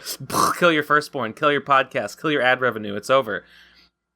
That's a true fact. I saw a Babylon Bee article. Oh, no. You know, one of their satirical. I don't like the Babylon Bee, but I saw this article and I thought there was a nugget of humor in it. It was they said that like the Taliban in Afghanistan were like, they were painting like the trans flag colors over their doorways to like avoid Biden drone strikes. It was like, no, we're trans. We're we're flying the trans as like a not as like a statement, but as like a, no, we're woke. You can't kill us. We're a victimized something. I don't know. I mean, obviously it's bizarre. It's a bizarre thing. Like, yeah, Biden won't drone strike you if you're trans, but like, yeah. But the it's PR just a funny would visual, just be I too guess. bad. It's like, they're like, no, they're flying the flag. Like, no, That's why they woke, we paint swear. the fucking nukes. They paint the nukes with the gay pride flags so that it could like find gays and kill them. That's why they're doing that. Well, the gays are attracted to it. They come flocking out of their homes and pouring out the streets. Look at that lovely woke explosion. Oh, we gotta go. We gotta get some. It's a sonic rainbow. Oh, the shockwave ripple through the cities. I can't wait to get my cutie mark. We got them. My fellow Americans, we got them. We got them all in one all go. the bronies dead. We painted Rainbow Dash on this fucking nuclear bomb. Doesn't that movie come out like next week? Dropped it over Baltimore. Which does it? The MLB movie. Doesn't it like a week or two or something? It's soon. I don't know. I forget. I'm looking it up right now. Dude, I can't wait to go and. Are we gonna do September 24th? It's in 5 days. 5 days. Well, are we gonna do a review on the show? We have to. I want to. We said we would. We said we would. Are we gonna do it next week? Is that gonna be our topic for next week? I'll try to get around to finding like a cam rip or whatever. It's on Netflix. I mean, I don't want to get Netflix. But like, someone will find it. Someone will rip it. You don't need a cam rip because it'll be on Netflix. So they'll get like an actual. It'll be good. It'll be good. I'll find it. I wasn't suggesting paying money. Are you kidding me? I mean, unless you already have Netflix, in which case you're fine. But no. I'm sure I can find it. Okay. All right. Well, get hype. Get hype for that. Unless, wait, would it be too callous, too mercenary, too capitalist of me to say we should make it a bonus episode? Is that going too far? Is that over the line? I don't know. We have a lot of deadbeats to punish for a year, 2 years of not paying properly. Absolutely. We were just saying before the podcast, like, it's going to be interesting to see if everybody drops off next month. But if we dangle an MLP video, that'll keep them on the hook for another month. I'm threatening them with FOMO. I'm already on the, like, these lapsed patrons better not fucking do it again. They get one. They do it twice and they fool me once, shame on me. Fool me twice, shame on you. And also, I'll kill you. I don't know. I mean, we said we would do it. We'll probably just do that one as a regular episode. They'll probably just, unless we won't. I don't know. I mean, whatever. Stay patroned and find out. Yeah, it's the only way. Next voicemail is called Donkey Kongo's Ginted. 3, 2, 1, go. You guys remember the Teen CP? Yes. Yeah, I didn't get that joke for like years. I didn't know child porn was the joke. Yeah. I don't know if it was. They made it up. I don't think started they watching meant Ava for again. it to be like that. Never made it through that show. Started again. I'm gonna kill myself. Cool. No, don't kill mice. Mice are cute. I don't know if that was meant to be the joke. Although when it was pointed out to me the phrase teen CP does sound a little. Oh dear. I'm not sure if that was intentional or not. From Rayman. Oh so yeah. It's like they're very small. They're teensy. True. The small podcast. Next voicemail is Pro Crastinators podcast. More like 3, 2, 1, go. So I was just watching that old Hippo and Munchie have tea video from about 3 years ago, and one of the top comments posted about 3 years ago read something like, this video is nice. I can't wait for more stuff like this to happen when PCPHQ becomes a thing. Yeah. I mean, yeah. Yeah. I mean, it was always up in the air whether I was ever going to be at PCPHQ. Life comes at you fast.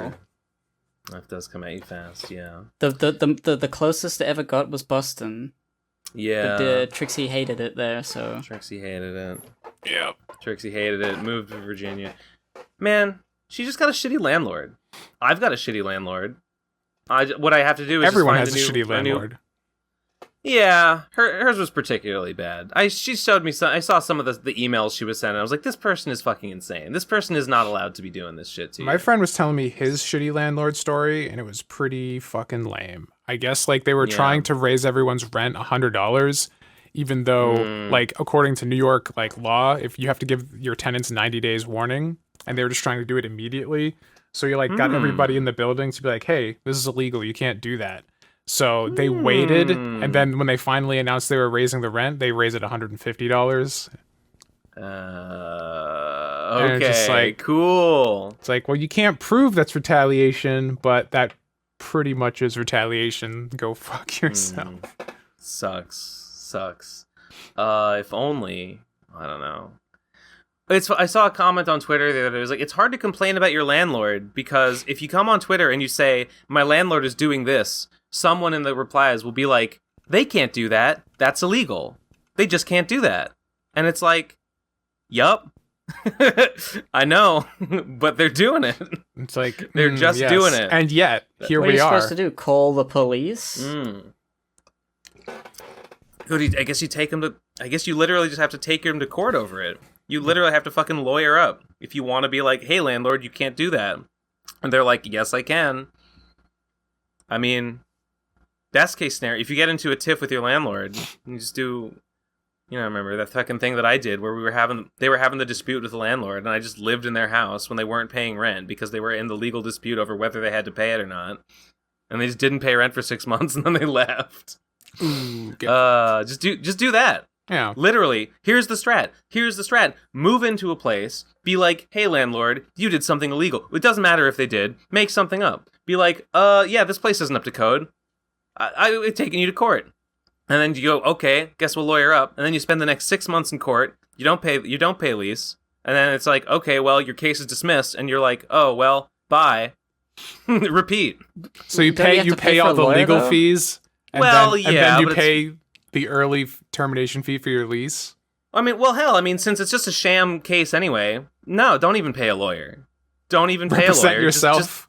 Just file the paperwork yourself. Never show up to any of your court dates. Get them delayed as much as you can. And when they finally are like, well, he's not showing up, case dismissed, you go, well, scam's over. Let's go find the next one. I guess, Ben, try it out and let us know how it goes. I will. Okay. I fucking will. Surely, I probably won't. If that happens enough times, you will be known infamously as the guy who gets what he wants, and the landlords don't get anything. As the guy who's the guy who fucking wins. As the guy who's fucking king. And then nobody will ever let you go into a building ever again. They what are they gonna do? What are they gonna do? Go on r/landlord Reddit and just be like, watch out for this one border guy. Going from place to place. The Boston squatter, the Slav squatter over here. What are they gonna do? Nothing. They don't fucking know. They don't know what'll fucking hit them. Next voicemail is called Harold. 3, 2, 1, go. Hello, it is I, Harold Henry. Our landlord came by and wanted me to remind you that rent is due on the 3rd, payable in ectoplasms. Slime coins can no longer be accepted, as the bank has run out of the necessary conversion catalysts. That's unpog. No, what am I gonna do with all these stacks of slime coin? I gotta liquidate them. Literally melt them down into ectoplasm. Literally must melt them down into slime, and then convert the slime through some arcane process into ectoplasm, I guess. Is ectoplasm a thing in Endless War now? No. You bust ghosts and you get it? I mean, in the sense that ghosts are a thing, yeah, sure. There is ectoplasm, if we assume that that's what they're made of. What about human plasm? What about ecto-cooler? That's the real winner there. Why can't you buy ecto-cooler in Endless War? You can. Is Slimer? Wait, is Slimer is Slimer a juvie or is he a stay dead? He's a ghost, and yet he's made of slime. Like what a he's such a dichotomy. The universe is crumbling. The dichotomy of man. He's the ultimate paradox. Stay slime. That's what he is. We gotta add Slimer to Endless War. We gotta add Slimer. There's just he represents too much of like a. It's like it's like Knights of the Old Republic. The story of Knights of the Old Republic is the story of that game and those games is they took the setting of Star Wars and they like asked questions. They were like, why is the setting like this? Does this even make sense? Well, let's make the story about all these characters that are questioning, like, why are the Jedi the good guys? Are the Jedi the good? What does it mean? Why do the Sith do what they do? What are the ramifications of all these things? This is what we got to do with Slimer. Putting Slimer into Endless War raises the questions. What even is slime? What even is it to be dead? What even is anything anymore? Is there even a meaningful difference? It's you got to live the questions. You gotta live the questions. Okay, next one is called I Am So Hard. 3, 2, 1, go. Hello, PCP. I hope you're having a wonderful podcast. I'm having a good one, just over here reveling in my power. Is this Tommy J? Knowing that at any moment I could ruin the voicemail segment by sending in hundreds and hundreds of voicemail with only fart noises. He's drunk on power. Of course, I would never do that. I love the voicemail segment. Yes, me too. But I could be ashamed if I choose to do so. And that gets me so hard. Well, you're welcome. The laugh at the beginning made me think of the Count from Sesame Street saying all that. Right? That's how he laughs. Yes. Well, I'm glad you're having a good time. Next one is called #General Strike, and there's a link to http://octoberstrike.com. Let's give that a listen. 3, 2, 1, go. So some people are organizing a general strike in the United States starting on October 15th, and I'm tired and stupid, so I can't really appraise the efficacy of it, but I feel like more people should know about it, you know? What does it mean to be a general strike? Like everybody just stops working? Yeah, I think that's the idea, is just the entire labor market the whole goes on of America just stops? Yeah, I mean, that's the idea. I mean, it's pretty ambitious. What would they do if that happens? What would they say to the higher-ups? They'd be like, fix I'm going things on strike. Or your money stops. But, like, there should be a purpose for the strike, right? Like, we want better this. Yeah. Or that. Yeah. I'm sure the website probably clarifies what their goals are. Well, I'm trying to go to the website and it's not loading for me. Oh no, it's dead before it started. Big it October might be got to it. Oh no, it's working my for computer me. That's I don't know. What is a general strike? A general strike is a strike action in which a substantial population of the total labor force in a city, region, or country participates. General strikers are characterized by the participation of workers in a multitude of workplaces and tend to involve entire communities. General strikes first occurred in the mid-19th century and have characterized many historically important strikes. Our goals: 25% corporate tax rate, no loopholes. free healthcare for all, 12 weeks paid paternity and maternity leave, $20 minimum wage, 4-day work week, stricter environmental regulations on corporations. If you support any or all of our goals, stand in solidarity with us on October 15th by taking off work. Yeah. I mean, all good. Very, Sounds good. very harsh changes. Good It's luck, ambitious. my dudes. Yeah. I mean, you gotta aim high. Sure. You gotta aim high. You gotta ask for a lot, and it's then all when about you, setting when your you anchor. negotiate, Yeah, so you can cut some of those back. yeah, and be like, okay, well, all right, not 20. Okay, well, 15 minimum wage. I mean, the okay, hard okay. part is getting the numbers, because everybody would be like, yeah, I guess I could do the strike, but I don't want to lose my job. I don't want to get fired, so I won't. And then most people think that, and most people don't. I would really like it for something like this to successfully happen, and I would really like it if it were to have the intended effect. I guess it seems ambitious. What am I trying to say? It seems like a lot to hope for, but I mean, I don't know. I don't want to be a doomer about the bare it. minimum, the bare minimum of just mentioning it wouldn't really be enough to make it happen. You'd need to do a lot of convincing, I think. Yeah. And I don't know what about it at all. I'm not even in America. I don't know, maybe it's worth like spreading awareness, like, yeah, general strike. It's pretty cool. I don't think most people, even if they agree with these things, are gonna do it. I just don't think people are gonna do it. Well, even if 1 out of 100 people who saw your tweet did it, you're still contributing slightly towards the effectiveness of the action. You gotta get critical mass. Sounding pretty doomer logic over there, Ben. Do you think people are going to go to their boss and be like, hey, boss, I am not coming into work on the 15th because it is a general strike. I am on strike for 1 day along with the rest of the country. So there. What you should do is like, hey, boss, I'm as striking I tomorrow understand. and you should strike too because your boss is putting the fucking screws to you as well. That's true.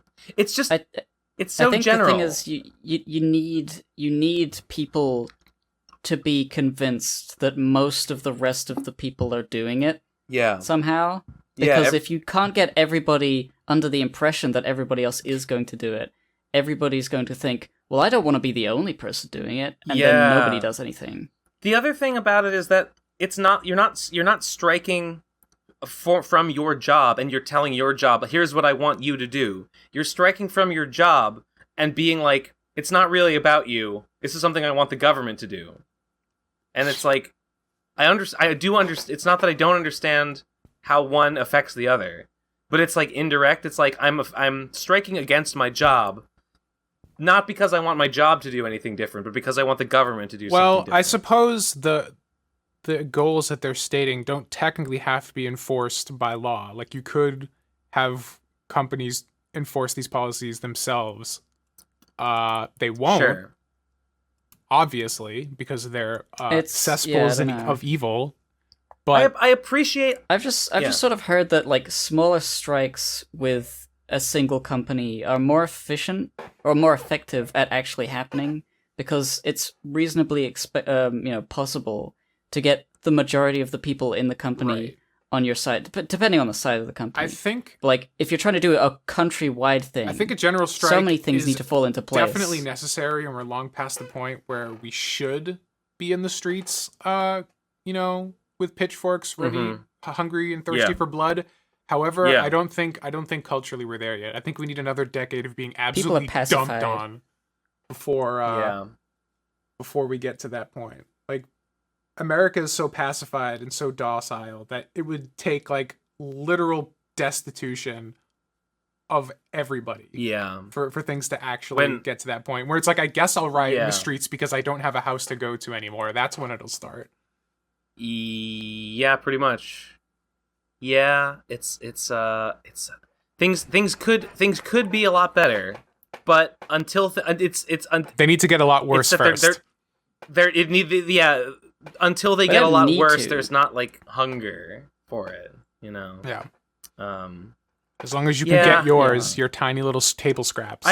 I appreciate the audacity. I appreciate the boldness of the 4-day work week. That's like, I appreciate them including that because like we need to start an October strike where we have to get in there and be like, look, we want all of our bosses. We want government mandated that our bosses with their big corporate accounts have to retweet us, not just like.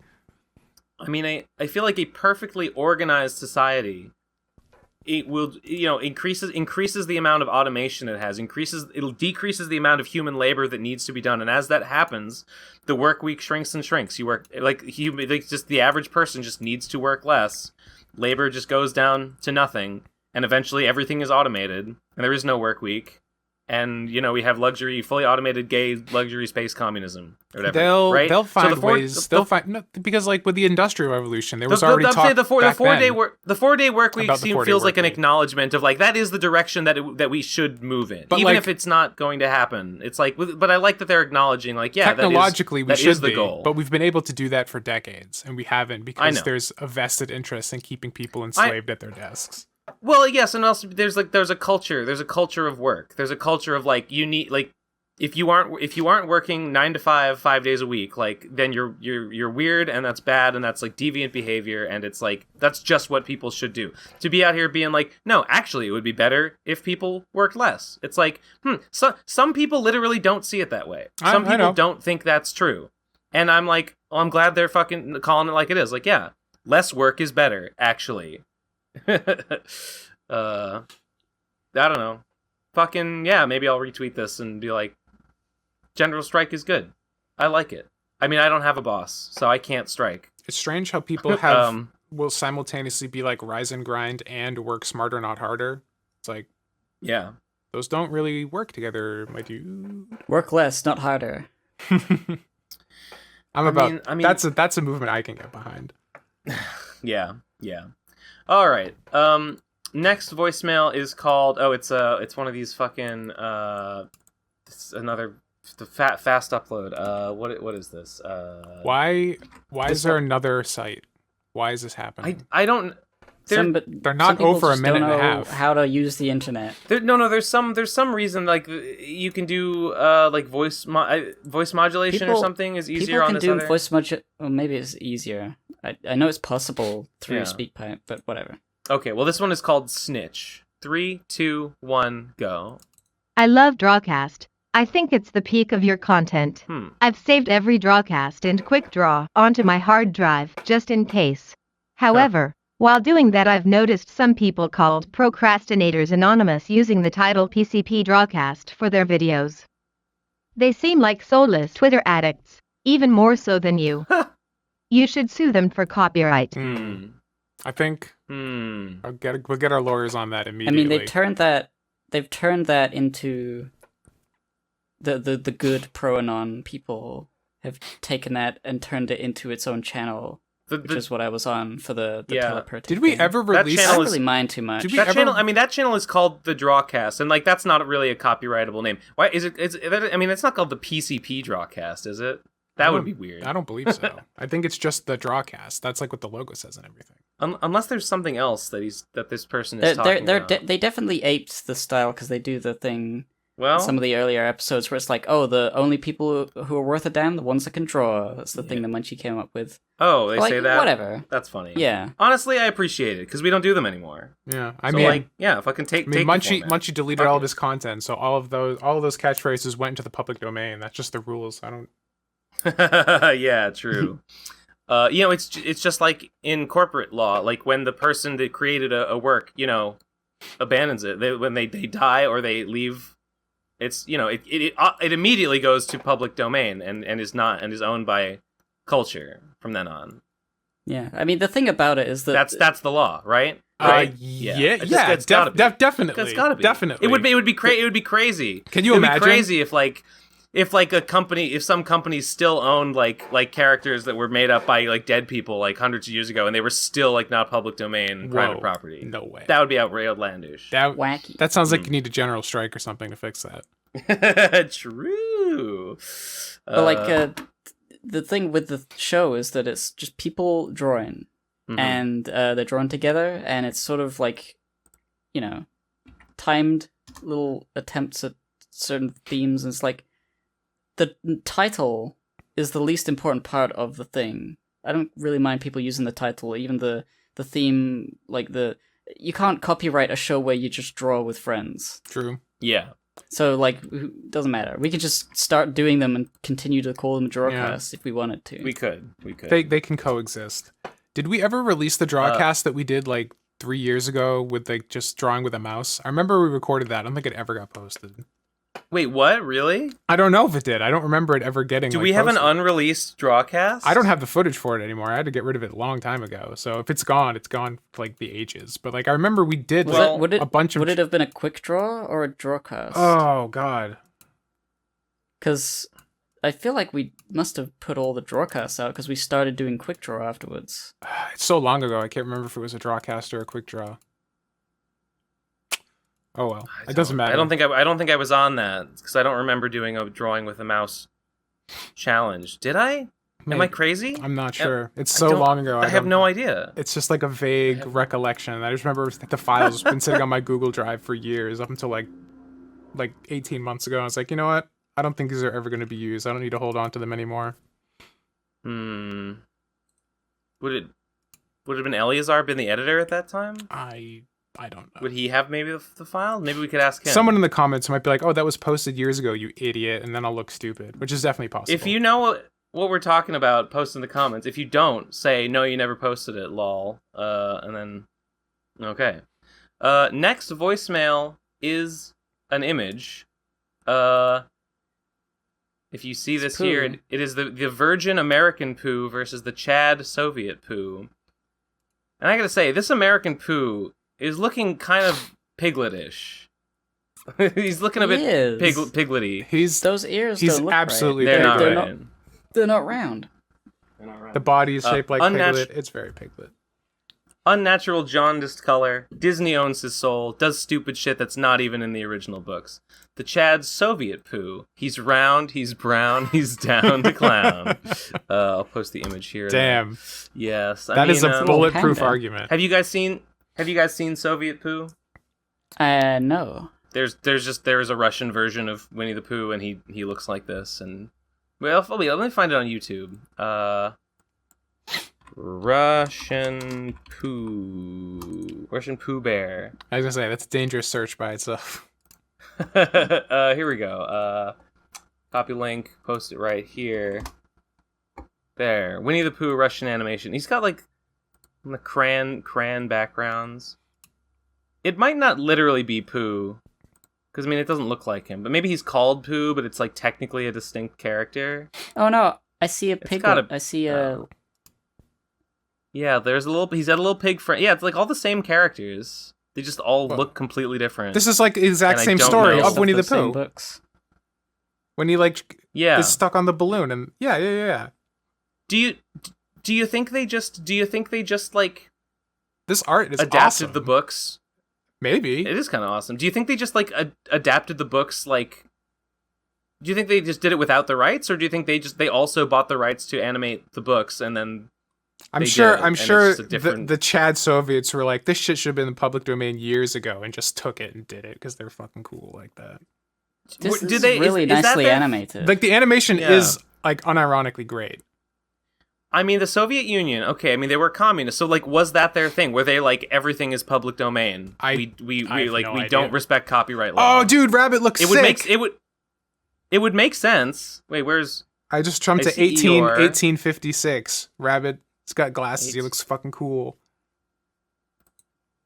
Oh, yeah, this is like the exact plot of it. He gets stuck in there. He looks like the combination of Arthur and his boyfriend. Look at this nerd. Look at this fucking nerd. Dojat. Niet. Dude, this is awesome. It kind of is. Well, okay, we probably shouldn't spend the whole... Agreed. Kind of, yeah. I was thinking it was a joke, like, haha, Goofy, it's funny to say Chad Soviet Pooh is the Chad one when he's all... But actually, he kind of is. He's great. I've been won over. Next one is called, the image is, here we go. It's Kanga Mage. Kanga Mage. There she is. As requested Load, by please. Nate There on we episode go. 141. That's a while ago. God, I don't even remember. I don't remember when that happened. The context. But I'm sure it's true. I'll send it over to her, I guess. Nate, I'm sure Nate will be excited to see that his dream has been fulfilled. Definitely add him on Twitter and see if he remembers. Was because we were talking about her OC that is some fucking mammal that nobody knows what it is, and maybe Nate thought it was a kangaroo? That sounds very plausible. Yeah, it's like big ears and a long thin tail with a fluff at the end or something. Yeah, I don't remember what the animal. It's a real animal, and I don't remember what it's called. Chinchilla? No, could it? No, it's not a chinchilla. Some weird shit. I don't know a wibbly mouse, some sort of a mouse. Yes. Next voicemail. Okay, we're back to actual voicemails. The next one is called Not Petan. 3, 2, 1, go. Besides having your head crushed, what is the most disturbing thought or idea? How do I even begin to answer that? That's like a whole dissertation. Like there's so much. Our whole finiteness. Our finiteness in both time and space. That's too abstract. That's too abstract to get actually upset about. Really? Speak for yourself. Yeah. That's a source of constant, unending existential dread. It's so big and I'm so small, but yeah. Who cares? Yeah. I'm hungry. Cool. Okay. I mean, me too. I mean, sure. No, I don't agree, but I don't agree, but I respect it. That's part of the dread, like understanding the like absolute massive implications of such a thing. But your simple flesh brain is just like, oh, but I want food. Like, no, I have this huge problem. I like that. It's terrifying. I'm a funny sack of flesh. I'm a meat bag. Gross, disgusting. We need to transcend. I'm like, damn. In time, there was a time before I existed. There will be a time after I exist. In the dimensions, like, whoa, so deep. Left of me, right of me, up and down and forward and back, there is space in which I don't exist. I am only inside of this little bubble of time and space, and everything outside of that is not me. And soon, that's all that will be left. And I'm like, I don't like... If I were to travel, like, I don't know, if I go next door, or like in the house, in that room over from me, it's like, I don't exist over there. There is no me over there. And I'm like, I'm only here. And I'm only now. I don't know. Takes my Minecraft shovel, digs 2-block hole, buries you as you think. And by the way, I'm not clapping because there's a fly. That is my ass cheeks. I'm doing jumping jacks.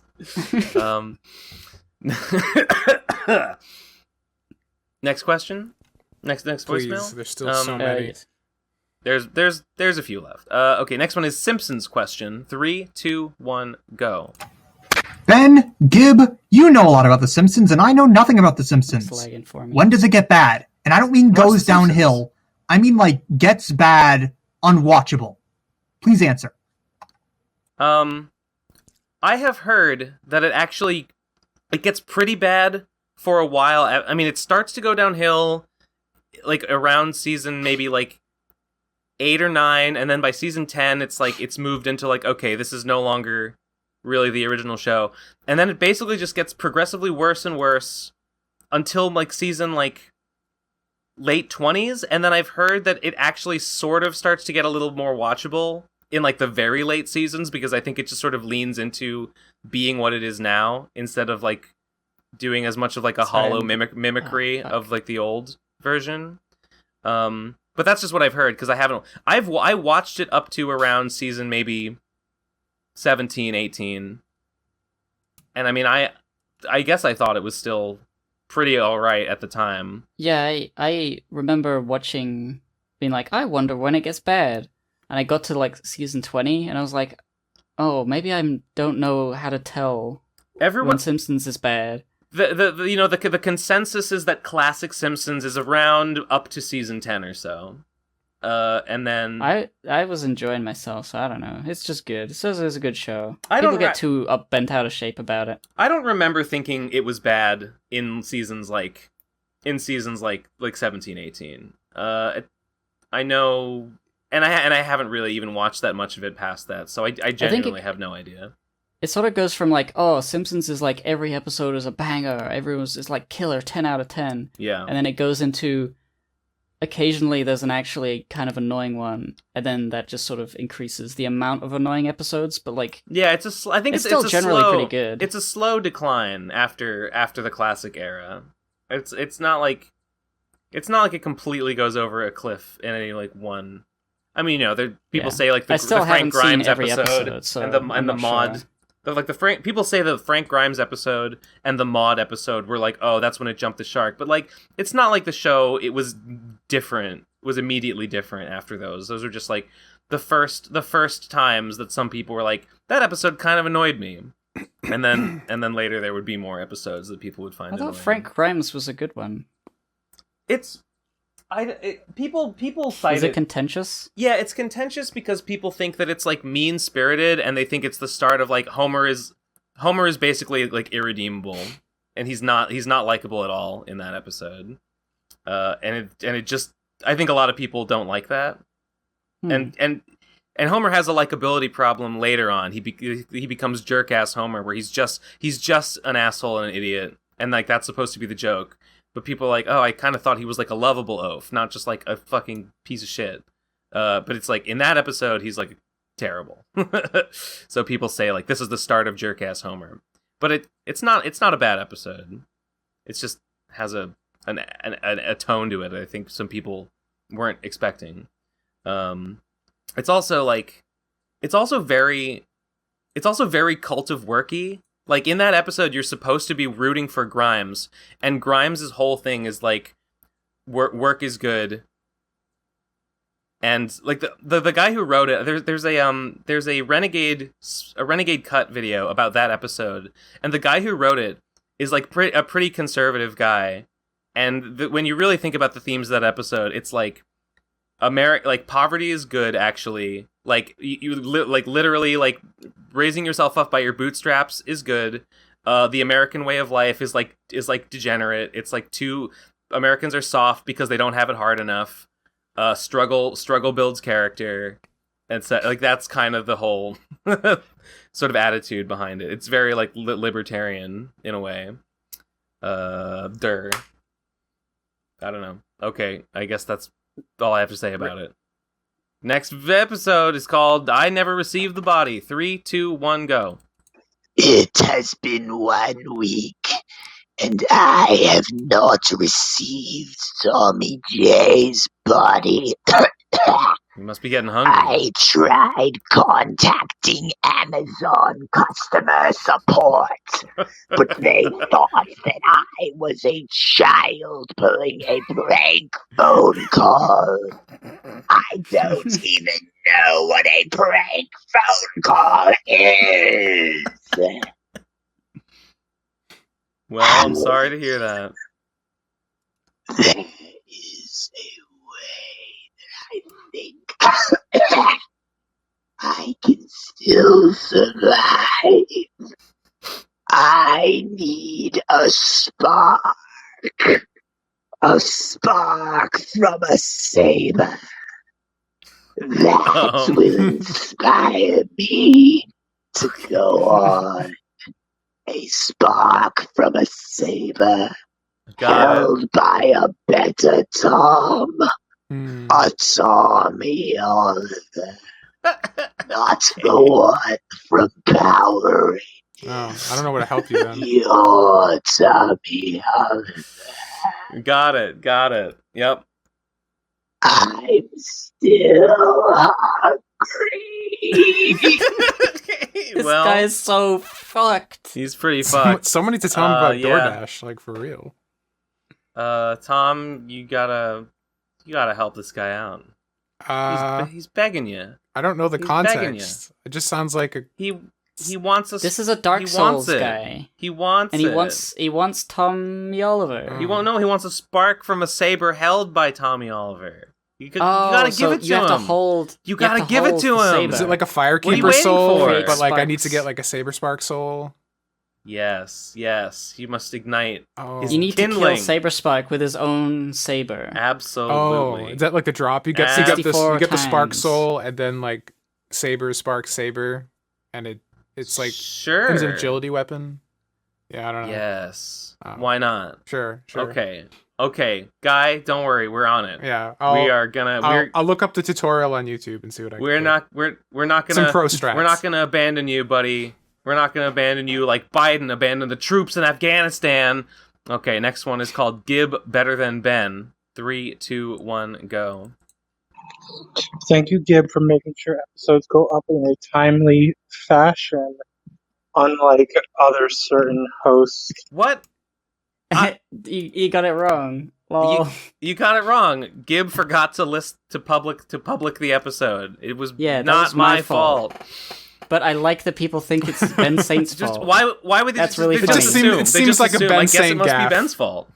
I mean, you're the head honcho around here. Apparently, I guess you're the main drawer. Sure. Don't you? Isn't it great that Digi's anime podcast has become Ben's anime podcast? Ben's communism podcast. Ben's cultural Marxism podcast. Based. It couldn't have ended any other way. Yeah. Thanks, Gib.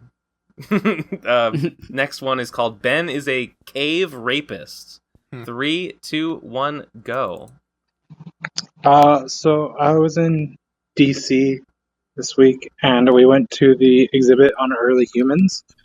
And in regards to like the wandering vagrant sexual predator caveman topic from last week, yes. There was a cave called the Sindhar Cave, I believe, in Iran, that sounds where they familiar. found evidence of family units in caveman Neanderthal days. Yeah. And it definitely backs up Ben, sadly. Wait. What? I don't know if that really proves Does my point. families doesn't like imply pornography? Yeah, I'm not really sure for those what statues. I'm not really sure what the proof.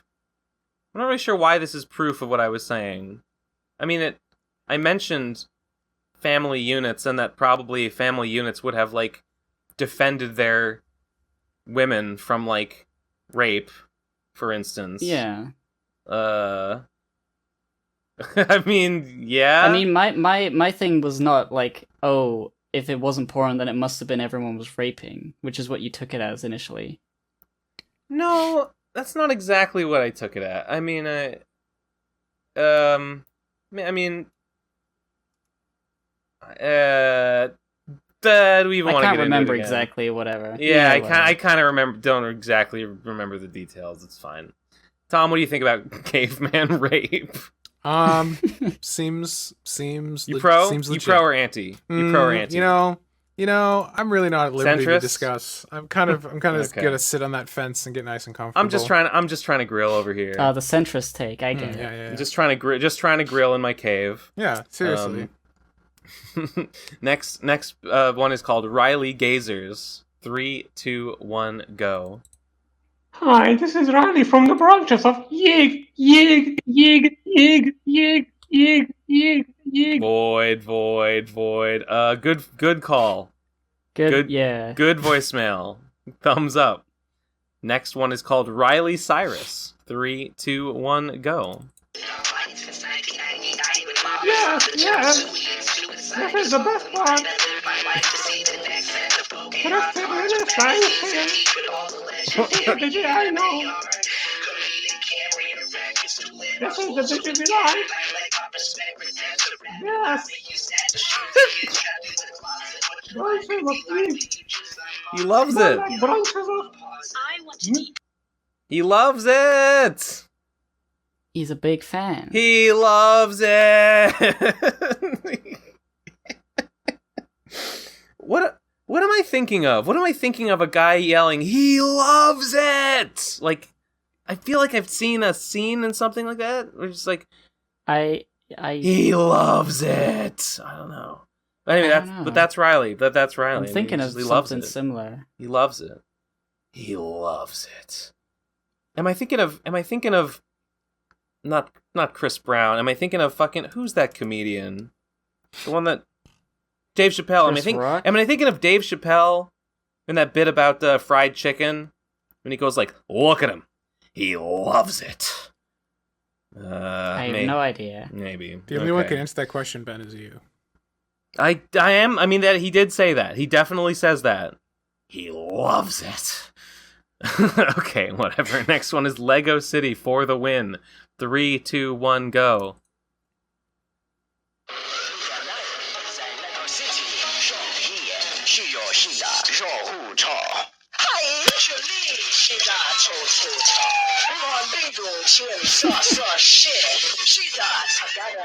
Do you understand? I have no idea what's happening. No, that's why I'm laughing.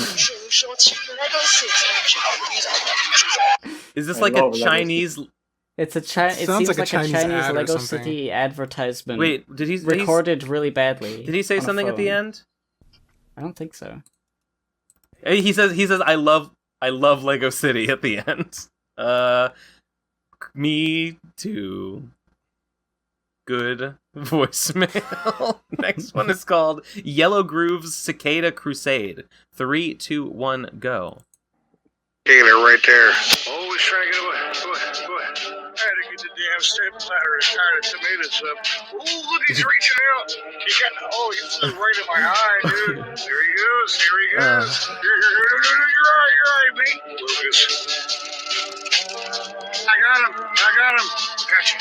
He's right in my eye. That was crazy. What is this? Dude. Oh my god, this is gonna be crazy. Google images. Oh, he's trying to get me. I got him. Oh, he's everywhere. Here I am. I'm going crazy. Get rid of the Wilson water. Still going. Wide angle up there. Oh, it's on my shirt. Crazy. Alright, what I think I'm weirdly get through sometimes. Is a weirdly edit, fascinated by that. Some sort of an edit of like a video of a guy trying to catch a cicada or something, and he's like, "Oh, there he is! I'm getting it." But like, it's an edit of that and recorded with music in the background on a like a shitty mic. I appreciate the aesthetic of whatever that was. That was good. Yeah, I kind of liked it. And I it's funny. Guy says it funny. He says, "Oh, gonna get the cicada. Oh no, it goes in my eye." And then I laughed. Next one is called Seventh Deadly Sin, Procrastinating Hoarder. 3, 2, 1, go. Oh, I'm a hoarder. Oh, I hoard. God. Forgive me, I'm a hoarder. But I guess I'm a loser. God damn. People are crazy. This is Alex Jones. Tastes like it came out the sewer. Because I know if I was loyal to a lady, I wouldn't cheat on her. Oh, I'm a hoarder. Oh, I hoard. Forgive me, I'm a hoarder. Is this like part of an album or something? I mean, like a bunch of these seem like they're recorded with the same microphone. Oh, I'm a hoarder. I hoard. Phone. Forgive me, I'm a hoarder. Life hack. You can play it at 2x speed and get through it twice as fast. Oh my god, I have a hamper where I put my yeah. I'm a hoarder. Alright. Good voicemail. I'm a hoarder. Good loving it. Next one is called Re-Election Campaign. 3, 2, 1, go. Hi, I'm a piece of shit. Stuck to the side of your toilet bowl. I am a full-blooded American. This is what it means to live in the greatest country on earth. I am a piece of shit, scraped off the side of a road, lightly baked in the sun. The American dream is alive in me. Like a turd, squeezed through the anus of a dog, rolling in the sand. The sand clings to the exterior. It appears white, but brown internally. The anti-Oreo. True. I am a representative of the people. Like a turd, stuck to the ceiling fan in the White House. Spin it too fast, Your walls are plastered. Spin it just right, and you have democracy. I believe in the people. I believe in Ben Saint. Me too.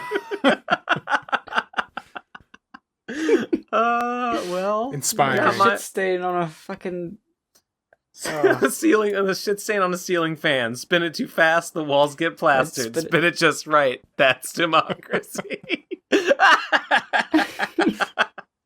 Oh no. Voice grail. Remember that? I don't know. Yeah. Okay. That was pretty good. Okay, I don't know if it's voice grail quite that much. Okay, almost voice grail, but no, it just misses and it goes in the fucking trash bin next to it. Next one is called To Eleazar. 3, 2, 1, go. Hi Eleazar, what's your opinion on this week's episode? Eleazar, edit in a text on the screen. Thanks. I thought he was going to maybe just put a little clip of him voice saying, and then I was going to say, wow, Eleazar, that sure was a... You can't fucking say that. Eleazar, how could you say that? Eleazar, you're going to get canceled. Eleazar, you're going to get us killed. How come you didn't retweet my art? You just liked it. You fucking idiot. Very contentious opinion. Gotta say, I don't agree, but I respect the hustle. Gotta respect the hustle. I think this is the last voicemail. Is the next one? We finally fucking made it. Next, it's a scary link. Wonder what it is. I'm afraid. Oh, it's an image. It is. It's. Well, I guess I'll post it in the server here. It's Nate. Hotep Nate. We was kings. I think they've darkened his skin. They gave him. I don't know what that hat is Nigerian called. Prince 69 at gamerzone.com sent that in. He looks. He's having a great time. He's loving it. What a note to end on. What a note to end on. We did it, everyone. We made it to another episode of the Pro Crastinators podcast. Patreon.com/The Pro Crastinators if you want to get all those bonus episodes, including the ones that we designed to make you feel bad if you don't listen to. If you don't want to hate yourself, go there. Speakpipe.com/PCB voicemail if you want to leave us some of this fucking shit that we have to deal with every goddamn week.